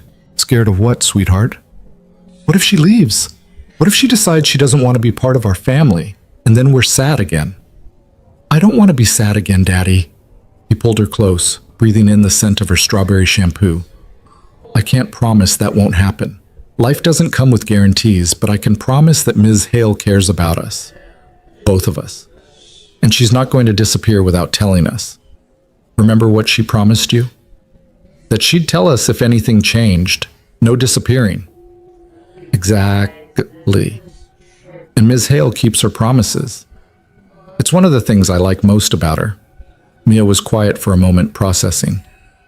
Are you going to marry her? Whoa. Let's take this one step at a time. We're just starting to date. Marriage is way down the road. But someday maybe. Someday maybe. If everything works out and we all decide that's what we want, including you, you get a vote in this, Mia. You're part of this family and your feelings matter. I vote yes, but only if she promises to keep doing science experiments with me. I think we can negotiate that into the terms. They spent the morning in their usual Saturday routine. Pancakes that Evan only slightly burned, A trip to the library where Mia checked out 7 books about space exploration, grocery shopping where they ran into Mrs. Chen from next door who commented that Evan seemed lighter lately. Everyone was apparently monitoring his emotional state with the dedication of concerned scientists. That evening, Lauren came over for what they were now calling the official conversation with Mia. She arrived looking nervous, actually nervous, which Evan had never seen before, clutching a bakery box like a shield. "I brought cupcakes," she announced. "I figured important conversations are better with cupcakes." "Smart thinking," Evan said, letting her in. Mia's in the living room preparing her questions. Hannah's sister helped her make a list. Of course she did. Should I be worried? Probably. They found Mia sitting on the couch with a notebook covered in stickers, looking very official. "Ms. Hale, Daddy, please sit down. We need to have a family meeting." Lauren caught Evan's eye, clearly trying not to smile. They sat on the opposite couch, and Evan noticed Lauren's hands were shaking slightly. He reached over and took one, squeezing gently. "Okay, Mia," he said. "You have our attention." Mia consulted her notebook with the gravity of a judge. Question 1. Ms. Hale, are you dating my daddy? Yes, if that's okay with you. Question 2. Do you promise not to disappear if things get hard? I promise. I will always tell you the truth about how I'm feeling and what's happening. No disappearing. Question 3. Will you still come over and do science experiments and help with my homework? Absolutely. Dating your daddy doesn't change how much I enjoy spending time with you. Question 4. If you and Daddy get married someday, can I be in the wedding? Lauren smiled, some of the tension leaving her shoulders. If we get married someday, you would be the most important person in the wedding. But that's a very long way off. Right now, we're just going to date and spend time together and see how things go. Question 5. Do you love my daddy? The room went quiet. Evan felt his heart hammering against his ribs. It was too soon for that word, too much pressure, I'm getting there, Lauren said carefully. I care about your daddy very much, and about you. Love is something that grows over time, and I think what I'm feeling is heading in that direction. Does that make sense? Mia considered this, then nodded. That's what Hannah's sister said would happen. She said grown-ups take longer to figure out their feelings because they're scared of getting hurt again. Hannah's sister is very wise. I know, she's in 5th grade. Mia closed her notebook with finality. Okay, you can date my daddy, but if you hurt him, the Council of Stuffed Animals has agreed that we will be very disappointed in you. I will do my very best not to disappoint the council. Good. Can we have cupcakes now? They ate cupcakes in the living room, the formal atmosphere dissolving into something easier. Mia provided running commentary on her week at school, while Lauren and Evan exchanged looks that said they'd just survived some important hurdle together. After Mia went to bed, they stayed on the couch, closer this time, no longer maintaining careful distance. That went better than I expected, Lauren said, though I'm slightly terrified of the Stuffed Animal Council. They're very influential. Professor Whiskers doesn't make empty threats. Good to know. She leaned her head against his shoulder. Thank you for this, for letting me be part of your family, for being patient while I figure out how to do this again. Thank you for being willing to try, for crawling into blanket forts and conducting egg experiments and surviving interrogations by 7-year-olds with very thorough question lists. I happen to enjoy all of those things. They sat in comfortable silence, and Evan felt something settle in his chest, not the sharp pain of grief, but something softer. Hope, maybe. Or the beginning of healing. The understanding that loving someone new didn't erase who came before, it just made room for more love. The following Monday, Lauren called a meeting with Marcus Chen and the senior partners. Evan waited in his cubicle, trying to focus on design work while knowing his future at the firm was being discussed behind closed doors. Jennifer Walsh appeared at his desk looking like someone who'd just discovered classified information. Brooks, what did you do? What are you talking about? Hale called an emergency partner meeting. She never does that unless something major is happening. Did you get promoted? Fired? Are you secretly embezzling funds? I'm not embezzling anything. Then what's going on? Before Evan could respond, his computer pinged with a message from Marcus Chen. My office. Now. His stomach dropped. Jennifer watched him stand with the intensity of someone watching a car crash in slow motion. Brooks, if you're in trouble. I'm fine. Probably. I'll explain later. He walked to Marcus's office on unsteady legs, finding Lauren already there, sitting across from Marcus, who looked equal parts amused and exasperated. Brooks, sit down, Marcus said. Lauren has just informed me of some interesting developments. Evan sat, hyper-aware of Lauren beside him, professional and composed in her work clothes and careful posture. We're dating, Lauren said simply. Evan and I. We wanted to disclose it properly and discuss any necessary adjustments to reporting structures. Marcus looked at them both for a long moment, then started laughing. I knew it. Jennifer owes me $50. You were betting on us? Evan said weakly. The entire office has been betting on you two for 3 weeks. You're not as subtle as you think. Marcus's expression turned more serious. Look, I appreciate the disclosure. Here's what needs to happen. Lauren, you recuse yourself from Evan's reviews and promotions. We'll shift him to report to me for administrative purposes. You both maintain professional behavior in the office. And if things go south, we handle it like adults. Can you do that? Yes, they said in unison. Good. Now get back to work. And Brooks? Yes? She's good for you. Don't screw it up. Word spread through the office with the speed of wildfire in dry grass. By lunch, everyone knew. Jennifer cornered Evan in the break room with barely contained glee. I knew something was different. The improved mood, the secret smiling at your phone, the way you'd both get this look when you thought no one was watching. It was so obvious. We were trying to be discreet. You were terrible at it, but I'm happy for you. Hale's been different too, more human, less terrifying. Whatever you're doing, keep doing it. The rest of the week settled into a new normal. At work, Lauren and Evan maintained professional distance, but there was an ease between them now that came from not hiding. Lunch meetings felt less formal. Design discussions had moments of shared humor. Once, passing in the hallway, Lauren caught his hand for just a second, brief, warm, a reminder that they were more than just colleagues. Their evenings fell into comfortable patterns. Lauren came over after work some days, bringing takeout and helping with Mia's homework. Other nights they'd meet at the park, watching Mia play while talking about their days, their plans, the careful hope they were building together. 6 weeks into officially dating, Lauren invited them to her condo for the first time. Evan had been curious about where she lived, imagining something stark and modern to match her office persona. Instead, he found a space in transition.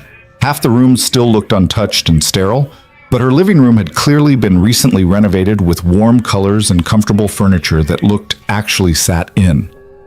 I've been making changes, Lauren explained, watching him look around. After spending time at your place, I realized how much I'd let this become just a place to sleep. I wanted it to feel like a home. Mia explored with the fearless curiosity of childhood, declaring Lauren's balcony perfect for stargazing and her kitchen very organized but needs more kid snacks.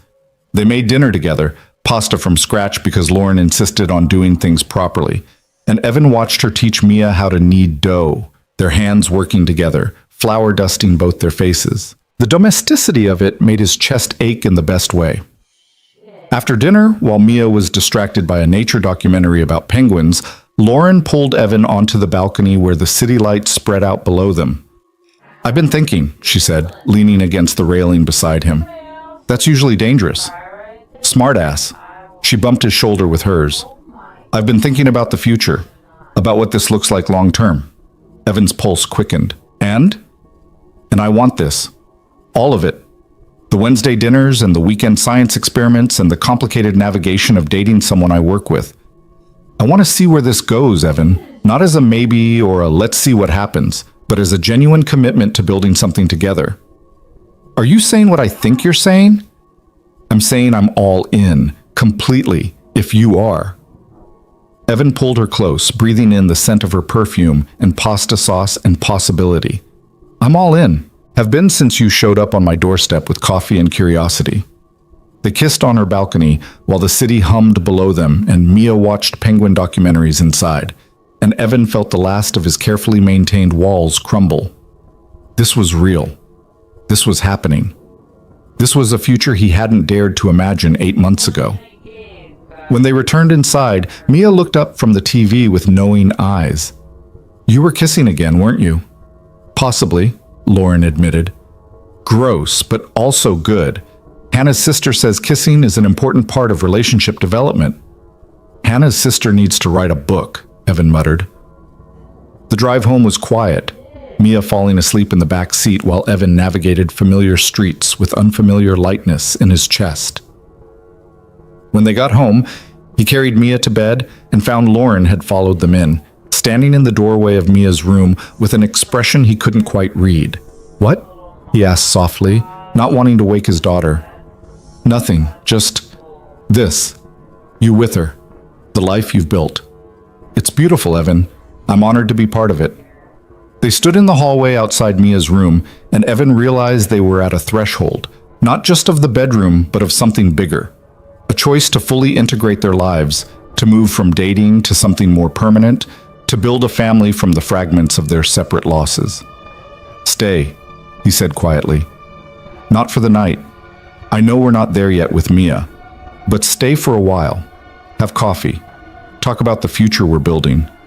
Lauren smiled, taking his hand. "I'd like that."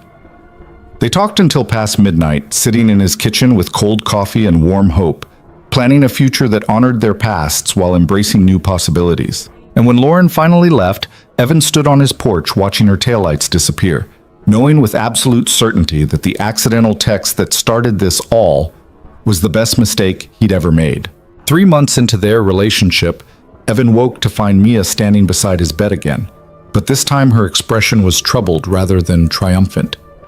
"Daddy, I had a bad dream." He pulled her into bed beside him, wrapping his arms around her small frame. "Want to tell me about it?" "Mommy was there. She was mad at me for liking Ms. Hale. She said I was replacing her." Mia's voice cracked. "Am I replacing her, Daddy?" Evan's chest tightened. They'd been navigating this new relationship carefully, but he'd known this moment would come. The guilt, the feeling of betrayal, the complicated grief of moving forward. "Come here." He sat up, pulling Mia into his lap the way he had when she was smaller. "You're not replacing Mommy. Nobody could ever replace her. She was your mom, and she always will be, even though she's not here anymore. But I love Ms. Hale too. Does that mean I'm forgetting Mommy?" "No, sweetheart. Love doesn't work like that. Your heart isn't a container that empties out when you love someone new. It expands, gets bigger. You can love Mommy and love Ms. Hale at the same time. They're different kinds of love, but they're both real." "Are you sure?" "I'm positive. You know how you love me and you love Uncle Marcus and you love Mrs. Chen next door. Different people, different kinds of love. But your heart has room for all of them." Mia was quiet for a moment, processing. "Do you think Mommy would be mad at us?" Evan thought about Sarah, her fierce love for their daughter, her insistence in those final weeks that he'd not spend the rest of his life alone, her whispered conversation with Mia that he'd only just learned about. "I think Mommy wants us to be happy, and if Ms. Hale makes us happy, I think she'd be glad we found her. Even though it was an accident, the text you sent? Especially because it was an accident. Sometimes the best things happen when we're not trying to force them." Mia nestled closer, and they sat in comfortable silence until she finally said, "I want to do something for Mommy, to show her we still remember." "What did you have in mind? Can we plant flowers in the garden?" Mommy liked flowers. They spent that Saturday morning at the nursery, Mia carefully selecting flowers that Sarah would have loved. Bright sunflowers, cheerful daisies, delicate lavender. Lauren met them there, having been texted by Mia with a simple message. "Important flower mission. Need backup." "I didn't want to intrude, Lauren said when she found them in the perennial section, looking uncertain. But Mia said it was important. "It is important," Mia declared, showing Lauren her selections. "We're planting a memory garden for my Mommy, so she knows we didn't forget her just because we love you now too." Lauren's eyes went bright with tears. She crouched down to Mia's level, taking her hands gently. "That's one of the most beautiful ideas I've ever heard, and I want you to know something. I would never want you to forget your mommy. She was an amazing person who loved you very much. Loving me doesn't mean you love her less. That's what Daddy said, but it's good to hear it from you too. They spent the afternoon planting together, creating a corner of the garden filled with Sarah's favorite colors and scents. Evan watched Lauren work alongside Mia, showing her how to dig proper holes and space the plants correctly, never once trying to take over or diminish the importance of what they were doing. This was Mia's project, Mia's way of honoring her mother, and Lauren respected that completely. When they finished, dirt under their fingernails and satisfaction in their hearts, Mia stood back to survey their work. It's perfect. Mommy would love it. She absolutely would, Evan agreed, pulling his daughter close. That evening, after Mia was asleep, Evan and Lauren sat on the back porch looking at the newly planted garden, illuminated by the porch light. Thank you, Evan said quietly, for understanding what today meant, for not trying to compete with Sarah's memory. I would never compete with her. She was Mia's mother, your wife. She'll always be part of your family. Lauren took his hand. I'm just hoping there's room for me too, not to replace her, but to add something new. There's room, so much room. He squeezed her hand. Actually, I've been thinking about something, and I want to run it by you before I make any decisions. Okay. My lease is up in 2 months. The landlord wants to raise the rent significantly, and I've been looking at other places, but everything in our budget is either too small or in bad neighborhoods. He paused, gathering courage. I was thinking maybe it's time to buy a house. Something with a yard for Mia, space for a real office. A place that's ours, not just rented. That sounds like a great idea. The thing is, I keep imagining this house, and in my head, you're there too, not just visiting, but living there, with us. He turned to face her fully. I know we've only been officially dating for 3 months. I know this is fast, but it feels right, Lauren. You feel right, and I don't want to waste time being cautious when I already know what I want. Lauren was quiet for so long that Evan started to panic, wondering if he'd pushed too hard, moved too fast, scared her away with the intensity of his feelings. Then she said, I've been looking at houses too. What? For the past month, scrolling through listings late at night, imagining spaces big enough for 3 people, gardens where Mia could play, offices where we could work from home. I just didn't know if you were ready for that conversation. She laughed, shaky and honest. I have a whole folder of saved properties. I've been researching school districts and comparing mortgage rates, very romantic stuff. You have spreadsheets about moving in together? I have extensive spreadsheets, color-coded, cross-referenced with commute times and local amenities. Evan pulled her close, laughing into her hair. You're ridiculous, and I love you. The words slipped out before he could think about them, honest and true and absolutely terrifying. Lauren went still in his arms. You love me? Yeah, I do. I know it's fast and complicated and probably too soon, but I love you. The way you are with Mia, the way you make me laugh, the way you organize your life in spreadsheets and still manage to be spontaneous about the things that matter. I love all of it. Lauren pulled back to look at him, and he saw his own vulnerability reflected in her eyes. I love you too. I've been trying not to say it because I thought 3 months was too soon, but I love you. The way you parent, the way you make me want to be braver, the way you've helped me remember what it feels like to actually live, instead of just exist. They kissed on his back porch, while the memory garden grew in the darkness, and Evan felt the last piece of his carefully guarded heart click into place. This was real. This was forever. This was the future he'd been afraid to hope for. The next morning, they told Mia over pancakes. We have something we want to discuss with you, Evan started, trying to sound casual and probably failing. Mia looked up from her syrup-drenched breakfast with immediate suspicion. Are you getting married? Not yet, Lauren said quickly, but we are thinking about buying a house together, all 3 of us. What do you think about that? Mia's eyes went wide. Like, living together? All the time? Yes. Ms. Hale would move in with us, we'd find a house big enough for everyone, and we'd be a family. A real family. Not just weekend visits. A real family, Evan confirmed. But only if you're comfortable with it. This is a big change, and you get a say in whether we do this. Mia set down her fork with ceremony, looking between them with an expression far too serious for an 8-year-old. I have conditions. Lauren bit back a smile. We're listening. 1. I get my own room. A big one, with space for all my stuffed animals and my science experiments. Reasonable, Evan said. 2. We keep the memory garden. Either we take the flowers with us or we plant new ones at the new house. Absolutely, Lauren agreed. 3. Ms. Hale has to promise she's not moving in just because it's practical. She has to actually want to be part of our family. Lauren reached across the table, taking Mia's small hand in hers. I promise I'm not doing this because it's practical. I'm doing this because I love your dad, and I love you, and I want to wake up every morning in a house we share. I want to help with your homework and conduct science experiments and be there for the important moments and the boring ones. I want to be part of this family because you two are the best thing that's happened to me in 5 years. Mia studied her with the intensity of someone conducting critical evaluation, then nodded. Okay, you can move in, but I'm in charge of house hunting. Hannah's sister says location is everything in real estate. They spent the next 6 weeks looking at houses every weekend, Mia taking her role as chief inspector very seriously. She rejected the first 3 properties outright. One had bad energy, another had a yard that was too small for proper scientific research, and the third had a kitchen that was clearly designed by someone who doesn't understand breakfast efficiency. She's 8, Evan whispered to Lauren as Mia gave the realtor detailed feedback about cabinet organization. How does she know these things?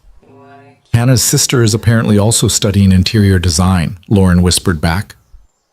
The 4th house was different. The moment they walked in, something shifted. It was older, with good bones and character that newer constructions lacked. The kitchen opened to a family room with huge windows overlooking a backyard that was big enough for gardens and play sets and future dogs. There were 3 bedrooms upstairs, including one that Mia immediately claimed with a squeal of delight. This is it, she announced from the doorway of what would be her room. This is our house, I can feel it. The realtor looked amused. Should I give you folks a few minutes? Please, Lauren said, already walking through the space with the critical eye of an architect, checking ceiling heights and structural integrity. Evan found her in what would be their bedroom, spacious, with an ensuite bathroom and a window seat that looked out over the street. She was standing in the middle of the empty room, and when he wrapped his arms around her from behind, she leaned back into him with a sigh. This could work, she said quietly.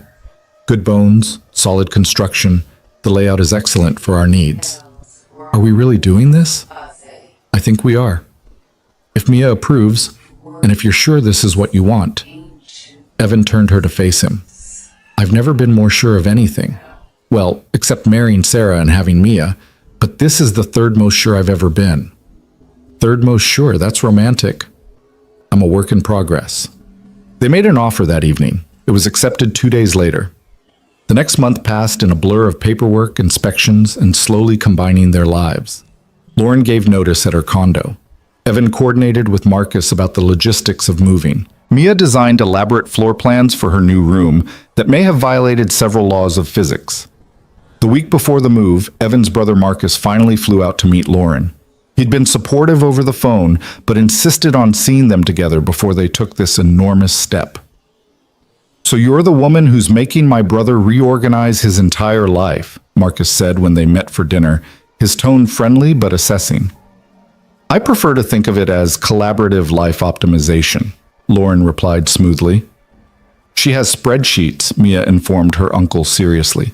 Color-coded ones, it's very impressive. Marcus looked at Evan with raised eyebrows. You found someone who out-organizes you? It's equal parts intimidating and attractive, Evan admitted. Dinner went well, Marcus warming to Lauren as she held her own in conversation and showed genuine affection for both Evan and Mia. By dessert, he was sharing embarrassing childhood stories and Lauren was laughing in a way that made Evan's chest warm. I approve, Marcus declared later, walking them to their car. But Brooks, if you hurt her or screw this up, I'm going to be very disappointed in you. Everyone's very concerned about me screwing this up. It's extremely encouraging. Good. You should be concerned. You've got something special here. Don't take it for granted.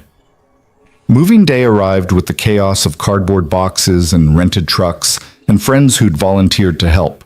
Jennifer Walsh showed up with coffee and commentary. Marcus Chen brought his truck and surprisingly useful packing skills. Even Mrs. Chen from next door contributed homemade cookies and advice about feng shui. By evening, they were mostly settled in the new house, surrounded by boxes that would take weeks to properly unpack, but already feeling like home. Mia had claimed her room and arranged her stuffed animals in what she called optimal spatial distribution. Lauren's books were integrated with Evan's on the living room shelves. Their combined furniture filled spaces that had felt empty when they'd first walked through. That night, after Mia was asleep in her new room and the chaos had settled into quiet, Evan found Lauren standing in the backyard looking at the space where they'd plant a new memory garden. "Thinking about Sarah?" he asked softly, joining her. "Actually, I was thinking about David, wondering what he'd think of all this. If he'd approve." "What do you think he'd say?" "I think he'd tell me I was overthinking it," which was his usual response to my tendency toward excessive analysis. She smiled, sad and fond. "He'd probably say something like, 'Lauren, if this guy makes you happy and isn't a serial killer, stop looking for problems and just be happy.'" That's good advice. It is, and Evan, I am happy. I'm happier than I've been in years. This house, this family, this life we're building, it's everything I didn't know I needed. He pulled her close, breathing in the familiar scent of her shampoo. I'm happy too. Terrified that I'll somehow mess it up, but happy. We'll mess it up sometimes, that's inevitable, but we'll figure it out together. They stood in their new backyard under the stars, and Evan felt the weight of the past year settle into something manageable.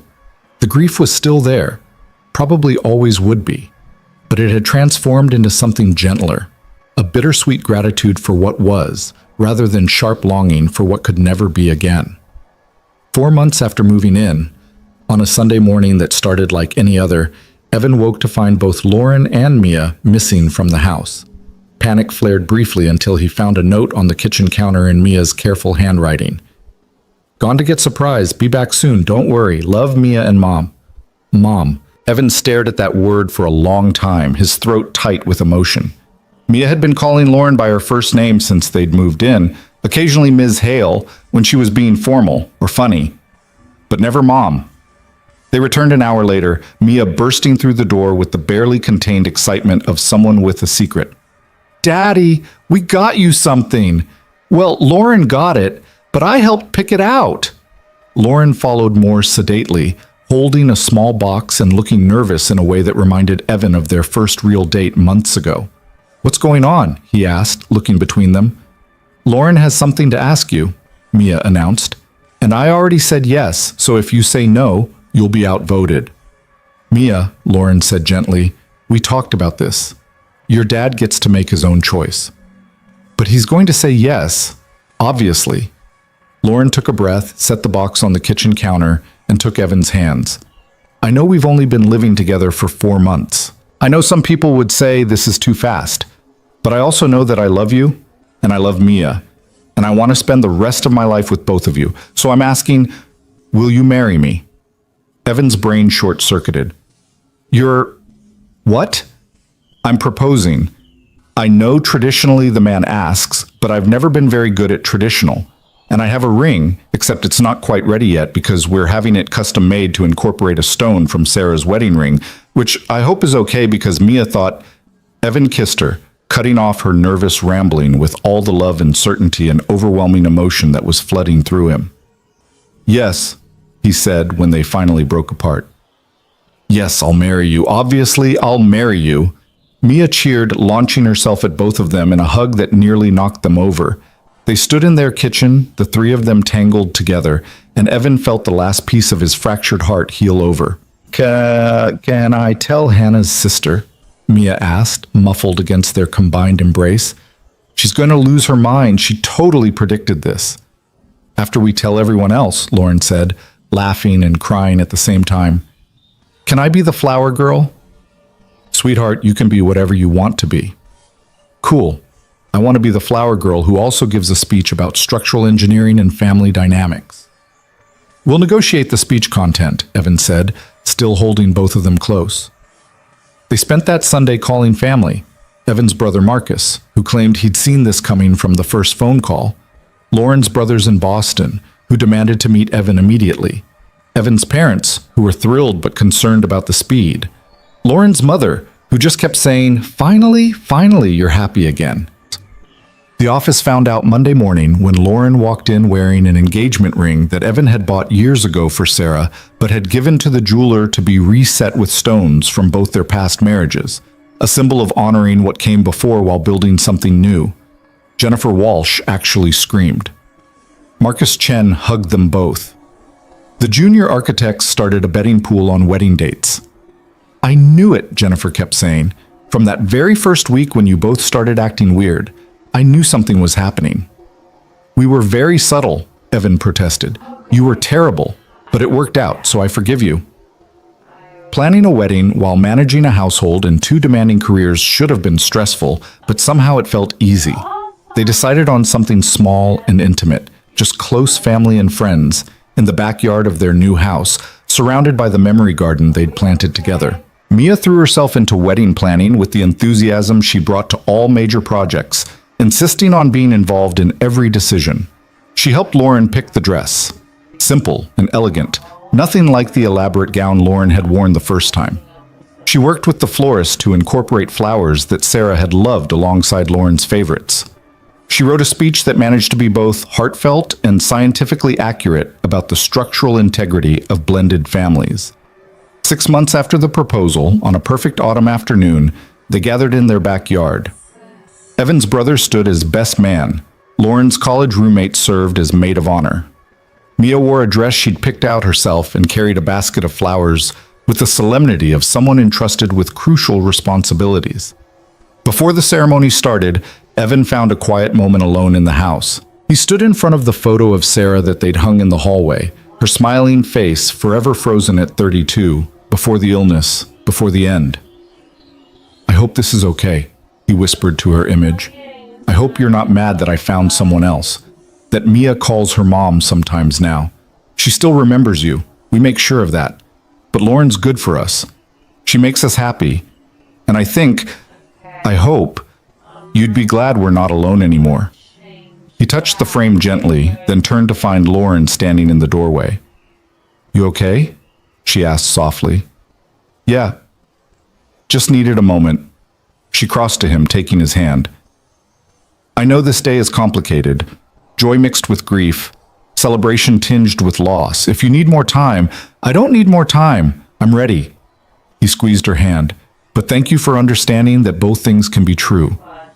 I can love you completely and still carry Sarah with me. That's all I want, for both of us to bring our whole selves to this marriage. All our love, all our grief, all our complicated histories." They walked outside together, where friends and family waited in chairs arranged on the lawn. Mia stood at the front, beaming with pride. The officiant, one of Lauren's architect friends who'd gotten ordained online specifically for this, smiled warmly. The ceremony was simple and perfect. They exchanged vows they'd written themselves, promising not to replace the past, but to honor it while building a future. Evan's voice cracked when he promised to love Lauren and support her dreams. Lauren's hands shook when she vowed to be the mother Mia deserved, not as a replacement, but as an addition.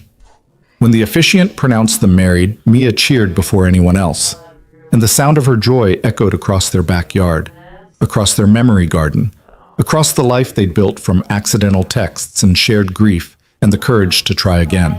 At the reception, which consisted of food trucks parked in their driveway and a playlist curated by committee, Mia gave her speech. "I want to talk about structural engineering," she began, and Evan heard Lauren's brothers laughing in the back row. "When you build something new, you have to respect the foundation that's already there. You can't just tear everything down and start over. You have to work with what exists, reinforce it, build on top of it carefully." She looked at Evan and Lauren, standing together with their arms around each other. "My daddy loved my mommy very much. She was his foundation. When she died, the structure was damaged but not destroyed. And then Lauren came along, and instead of trying to replace the foundation, she helped make it stronger. She added support beams and reinforcement and new levels. Now we have this house." She gestured around them. And this family, and it's built on what came before, but it's also something new and different and really, really good. She paused, consulting her notes. Hannah's sister says I should wrap this up with a toast, so here it is. To Daddy and Lauren. Thank you for showing me that families can be rebuilt after they break. That love doesn't run out when you give it to new people, and that sometimes the best things happen by accident. Also, thank you for letting me have a big room and continuing to fund my scientific research. Cheers. Everyone laughed and raised their glasses, and Evan pulled both his wife and his daughter close, overwhelmed by the sheer impossibility of this moment. A year and a half ago, he'd been drowning in grief, sending desperate texts to a dead woman's disconnected number. Now he stood in his own backyard, married to a woman who understood his pain because she'd lived through her own, raising a daughter who was learning that love expanded rather than divided. Later that evening, after the guests had left and Mia was asleep upstairs, Evan and Lauren sat on their back porch looking at the garden that honored the past while celebrating the present. I can't believe we pulled this off, Lauren said, her head on his shoulder. An actual wedding without any major disasters. Mia's speech was perfect. She's been working on it for months. Hannah's sister provided editorial feedback. Of course she did. Evan kissed the top of Lauren's head. Have I told you today that I love you? Only about 15 times, but I'm happy to hear it again. I love you. I love our weird, complicated, built-from-grief family. I love that you proposed to me instead of waiting for me to work up the courage. I love that you understand that I still miss Sarah, and that doesn't diminish what I feel for you. I love you too. I love that you let me be part of Mia's life without trying to make me replace her mother. I love that you send accidental texts that change everything. I love that you're brave enough to try again, even though you know how much it hurts to lose someone. They sat in comfortable silence, and Evan thought about the journey that had brought them here. From that panicked 2 a.m. text to this moment of hard-won peace. It hadn't been easy. There had been tears and doubts, and moments when the grief felt too heavy to carry. But they'd carried it together, and somehow that had made all the difference. His phone buzzed with a text from his brother. Congratulations, little bro. You did good. Sarah would be proud. Evan showed it to Lauren, who smiled and wiped at her eyes. He's right, about Sarah being proud. Not because you've moved on, but because you've moved forward. There's a difference. Yeah, there is.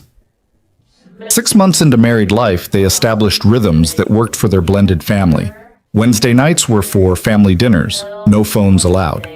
Saturdays, Mia had a standing playdate with her friends while Evan and Lauren had what they called date mornings, coffee shops or farmers markets, or just walking through their neighborhood holding hands. Sunday afternoons were reserved for science experiments and gardening and whatever spontaneous adventures Mia decided they needed. The memory garden grew and flourished, a living tribute to the people they'd lost and the resilience they'd found. They added a bench beneath the largest tree where they'd sit sometimes and talk about Sarah and David, keeping their memories alive for Mia while acknowledging the complicated grief that never quite disappeared. Work continued at Hale and Morrison, where Evan had been promoted to senior architect and was leading his own projects. He and Lauren navigated the professional boundaries with practiced ease now, having learned to separate work and home, boss and wife, colleague and partner. On a Tuesday evening, almost 2 years after that accidental text, Evan was helping Mia with her homework when she looked up with sudden seriousness. Daddy, I've been thinking. That's usually dangerous. I want to do something special for Mommy. It's been a long time since we planted the garden, and I think she'd want us to do more. What did you have in mind? A scholarship for kids who lost parents, to help them go to science camp or art classes or whatever they love. We could call it the Sarah Brooks Memorial Scholarship for kids who are brave even when they're sad. Evan's throat tightened. That's a beautiful idea, sweetheart. Where did you come up with it? I just thought about how sad I was after Mommy died and how hard it was to keep doing things I loved. Maybe we could help other kids keep doing the things that make them happy, even when they're grieving. They talked to Lauren about it that evening, and within a week they'd started organizing. Lauren used her business connections to set up the nonprofit structure. Evan reached out to local schools and community centers. Mia designed the application materials with the help of Hannah's sister, who was now in 8th grade and apparently considering a career in nonprofit management. The Sarah Brooks Memorial Scholarship launched 6 months later with enough funding to help 10 children in its first year. At the small ceremony announcing the recipients, Mia gave another speech, this one shorter and less focused on structural engineering, but no less heartfelt. "My mommy died when I was 6, she said to the gathered families and donors. "It was the worst thing that ever happened to me, but I learned that you can be sad and still do things you love. You can miss someone and still laugh. You can remember someone who's gone and still make new memories. This scholarship is for kids who are learning that too, to help them keep being themselves even when everything feels broken." Evan stood at the back of the room with Lauren's hand in his, watching his daughter honor her mother's memory by helping other children navigate their own grief, and felt the last piece of something settle into place. This was healing, not forgetting, not replacing, but transforming loss into legacy. That night, after the event, after Mia was asleep, Evan found himself standing in front of Sarah's photo again. But this time, instead of guilt or sorrow, he felt only gratitude. "Thank you," he whispered to her frozen smile, "for giving me Mia, for those years we had together, for making me understand what real love looks like, and for somehow making sure I accidentally texted the right person at exactly the right time."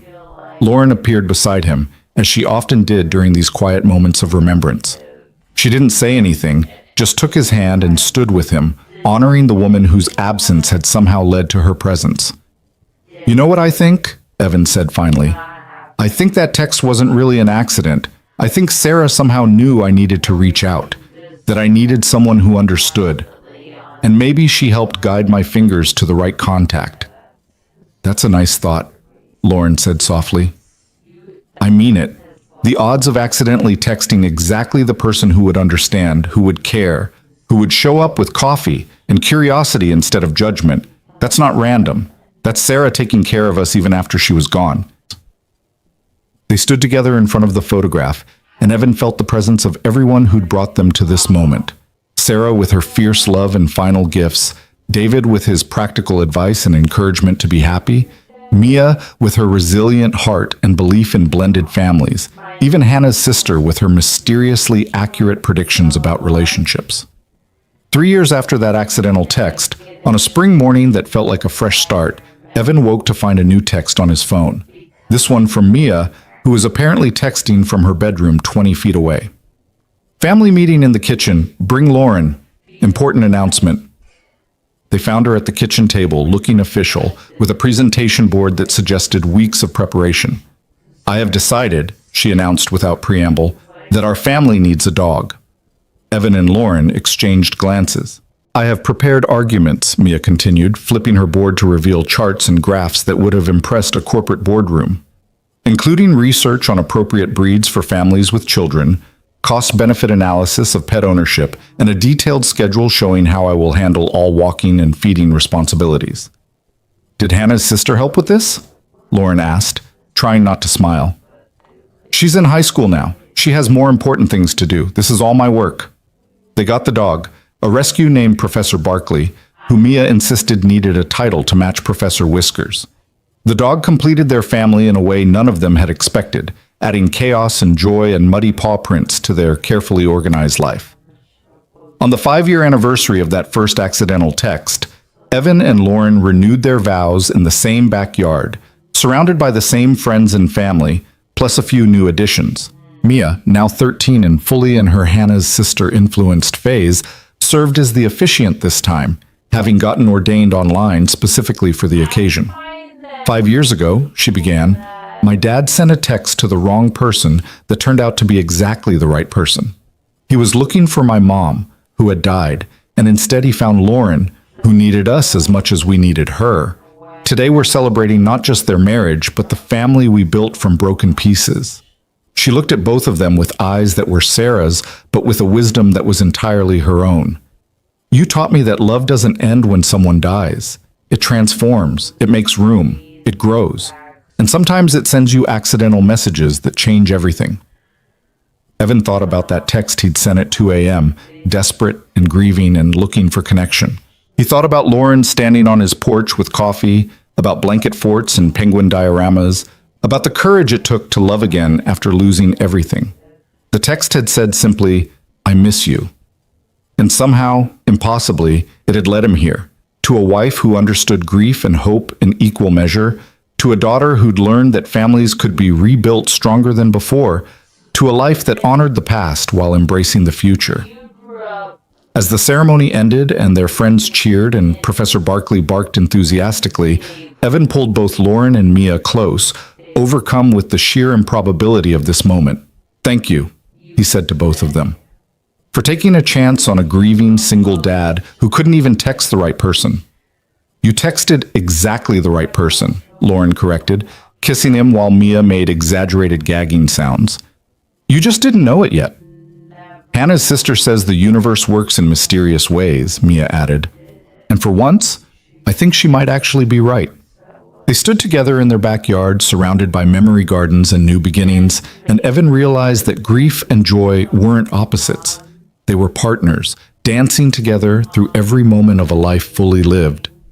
Sarah would always be part of their story, the foundation upon which everything else was built.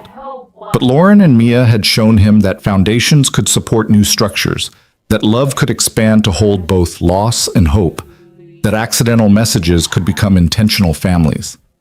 That night, after the celebration ended and the house was quiet, Evan sat alone on the back porch with his phone. He opened a new message and typed simply, "Thank you, Sarah, for everything. For Mia, for teaching me how to love, and for somehow making sure I found Lauren when I needed her most." He didn't send it, there was nowhere to send it, but writing the words felt right. An acknowledgement of everything that had brought them here, a gratitude for both the past and the present, a recognition that the best things in life sometimes came from the messages we sent when we were most broken. Inside, he could hear Lauren laughing at something Mia said, Professor Barkley's tail thumping against the floor, the sounds of a life fully inhabited. He pocketed his phone and went inside to join them, leaving the ghosts of the past in the garden where they belonged, honored, remembered, but no longer holding him back from the future he'd accidentally found. The wrong text had led to exactly the right life. And that, Evan thought as he wrapped his arms around his family, was the best kind of mistake there was.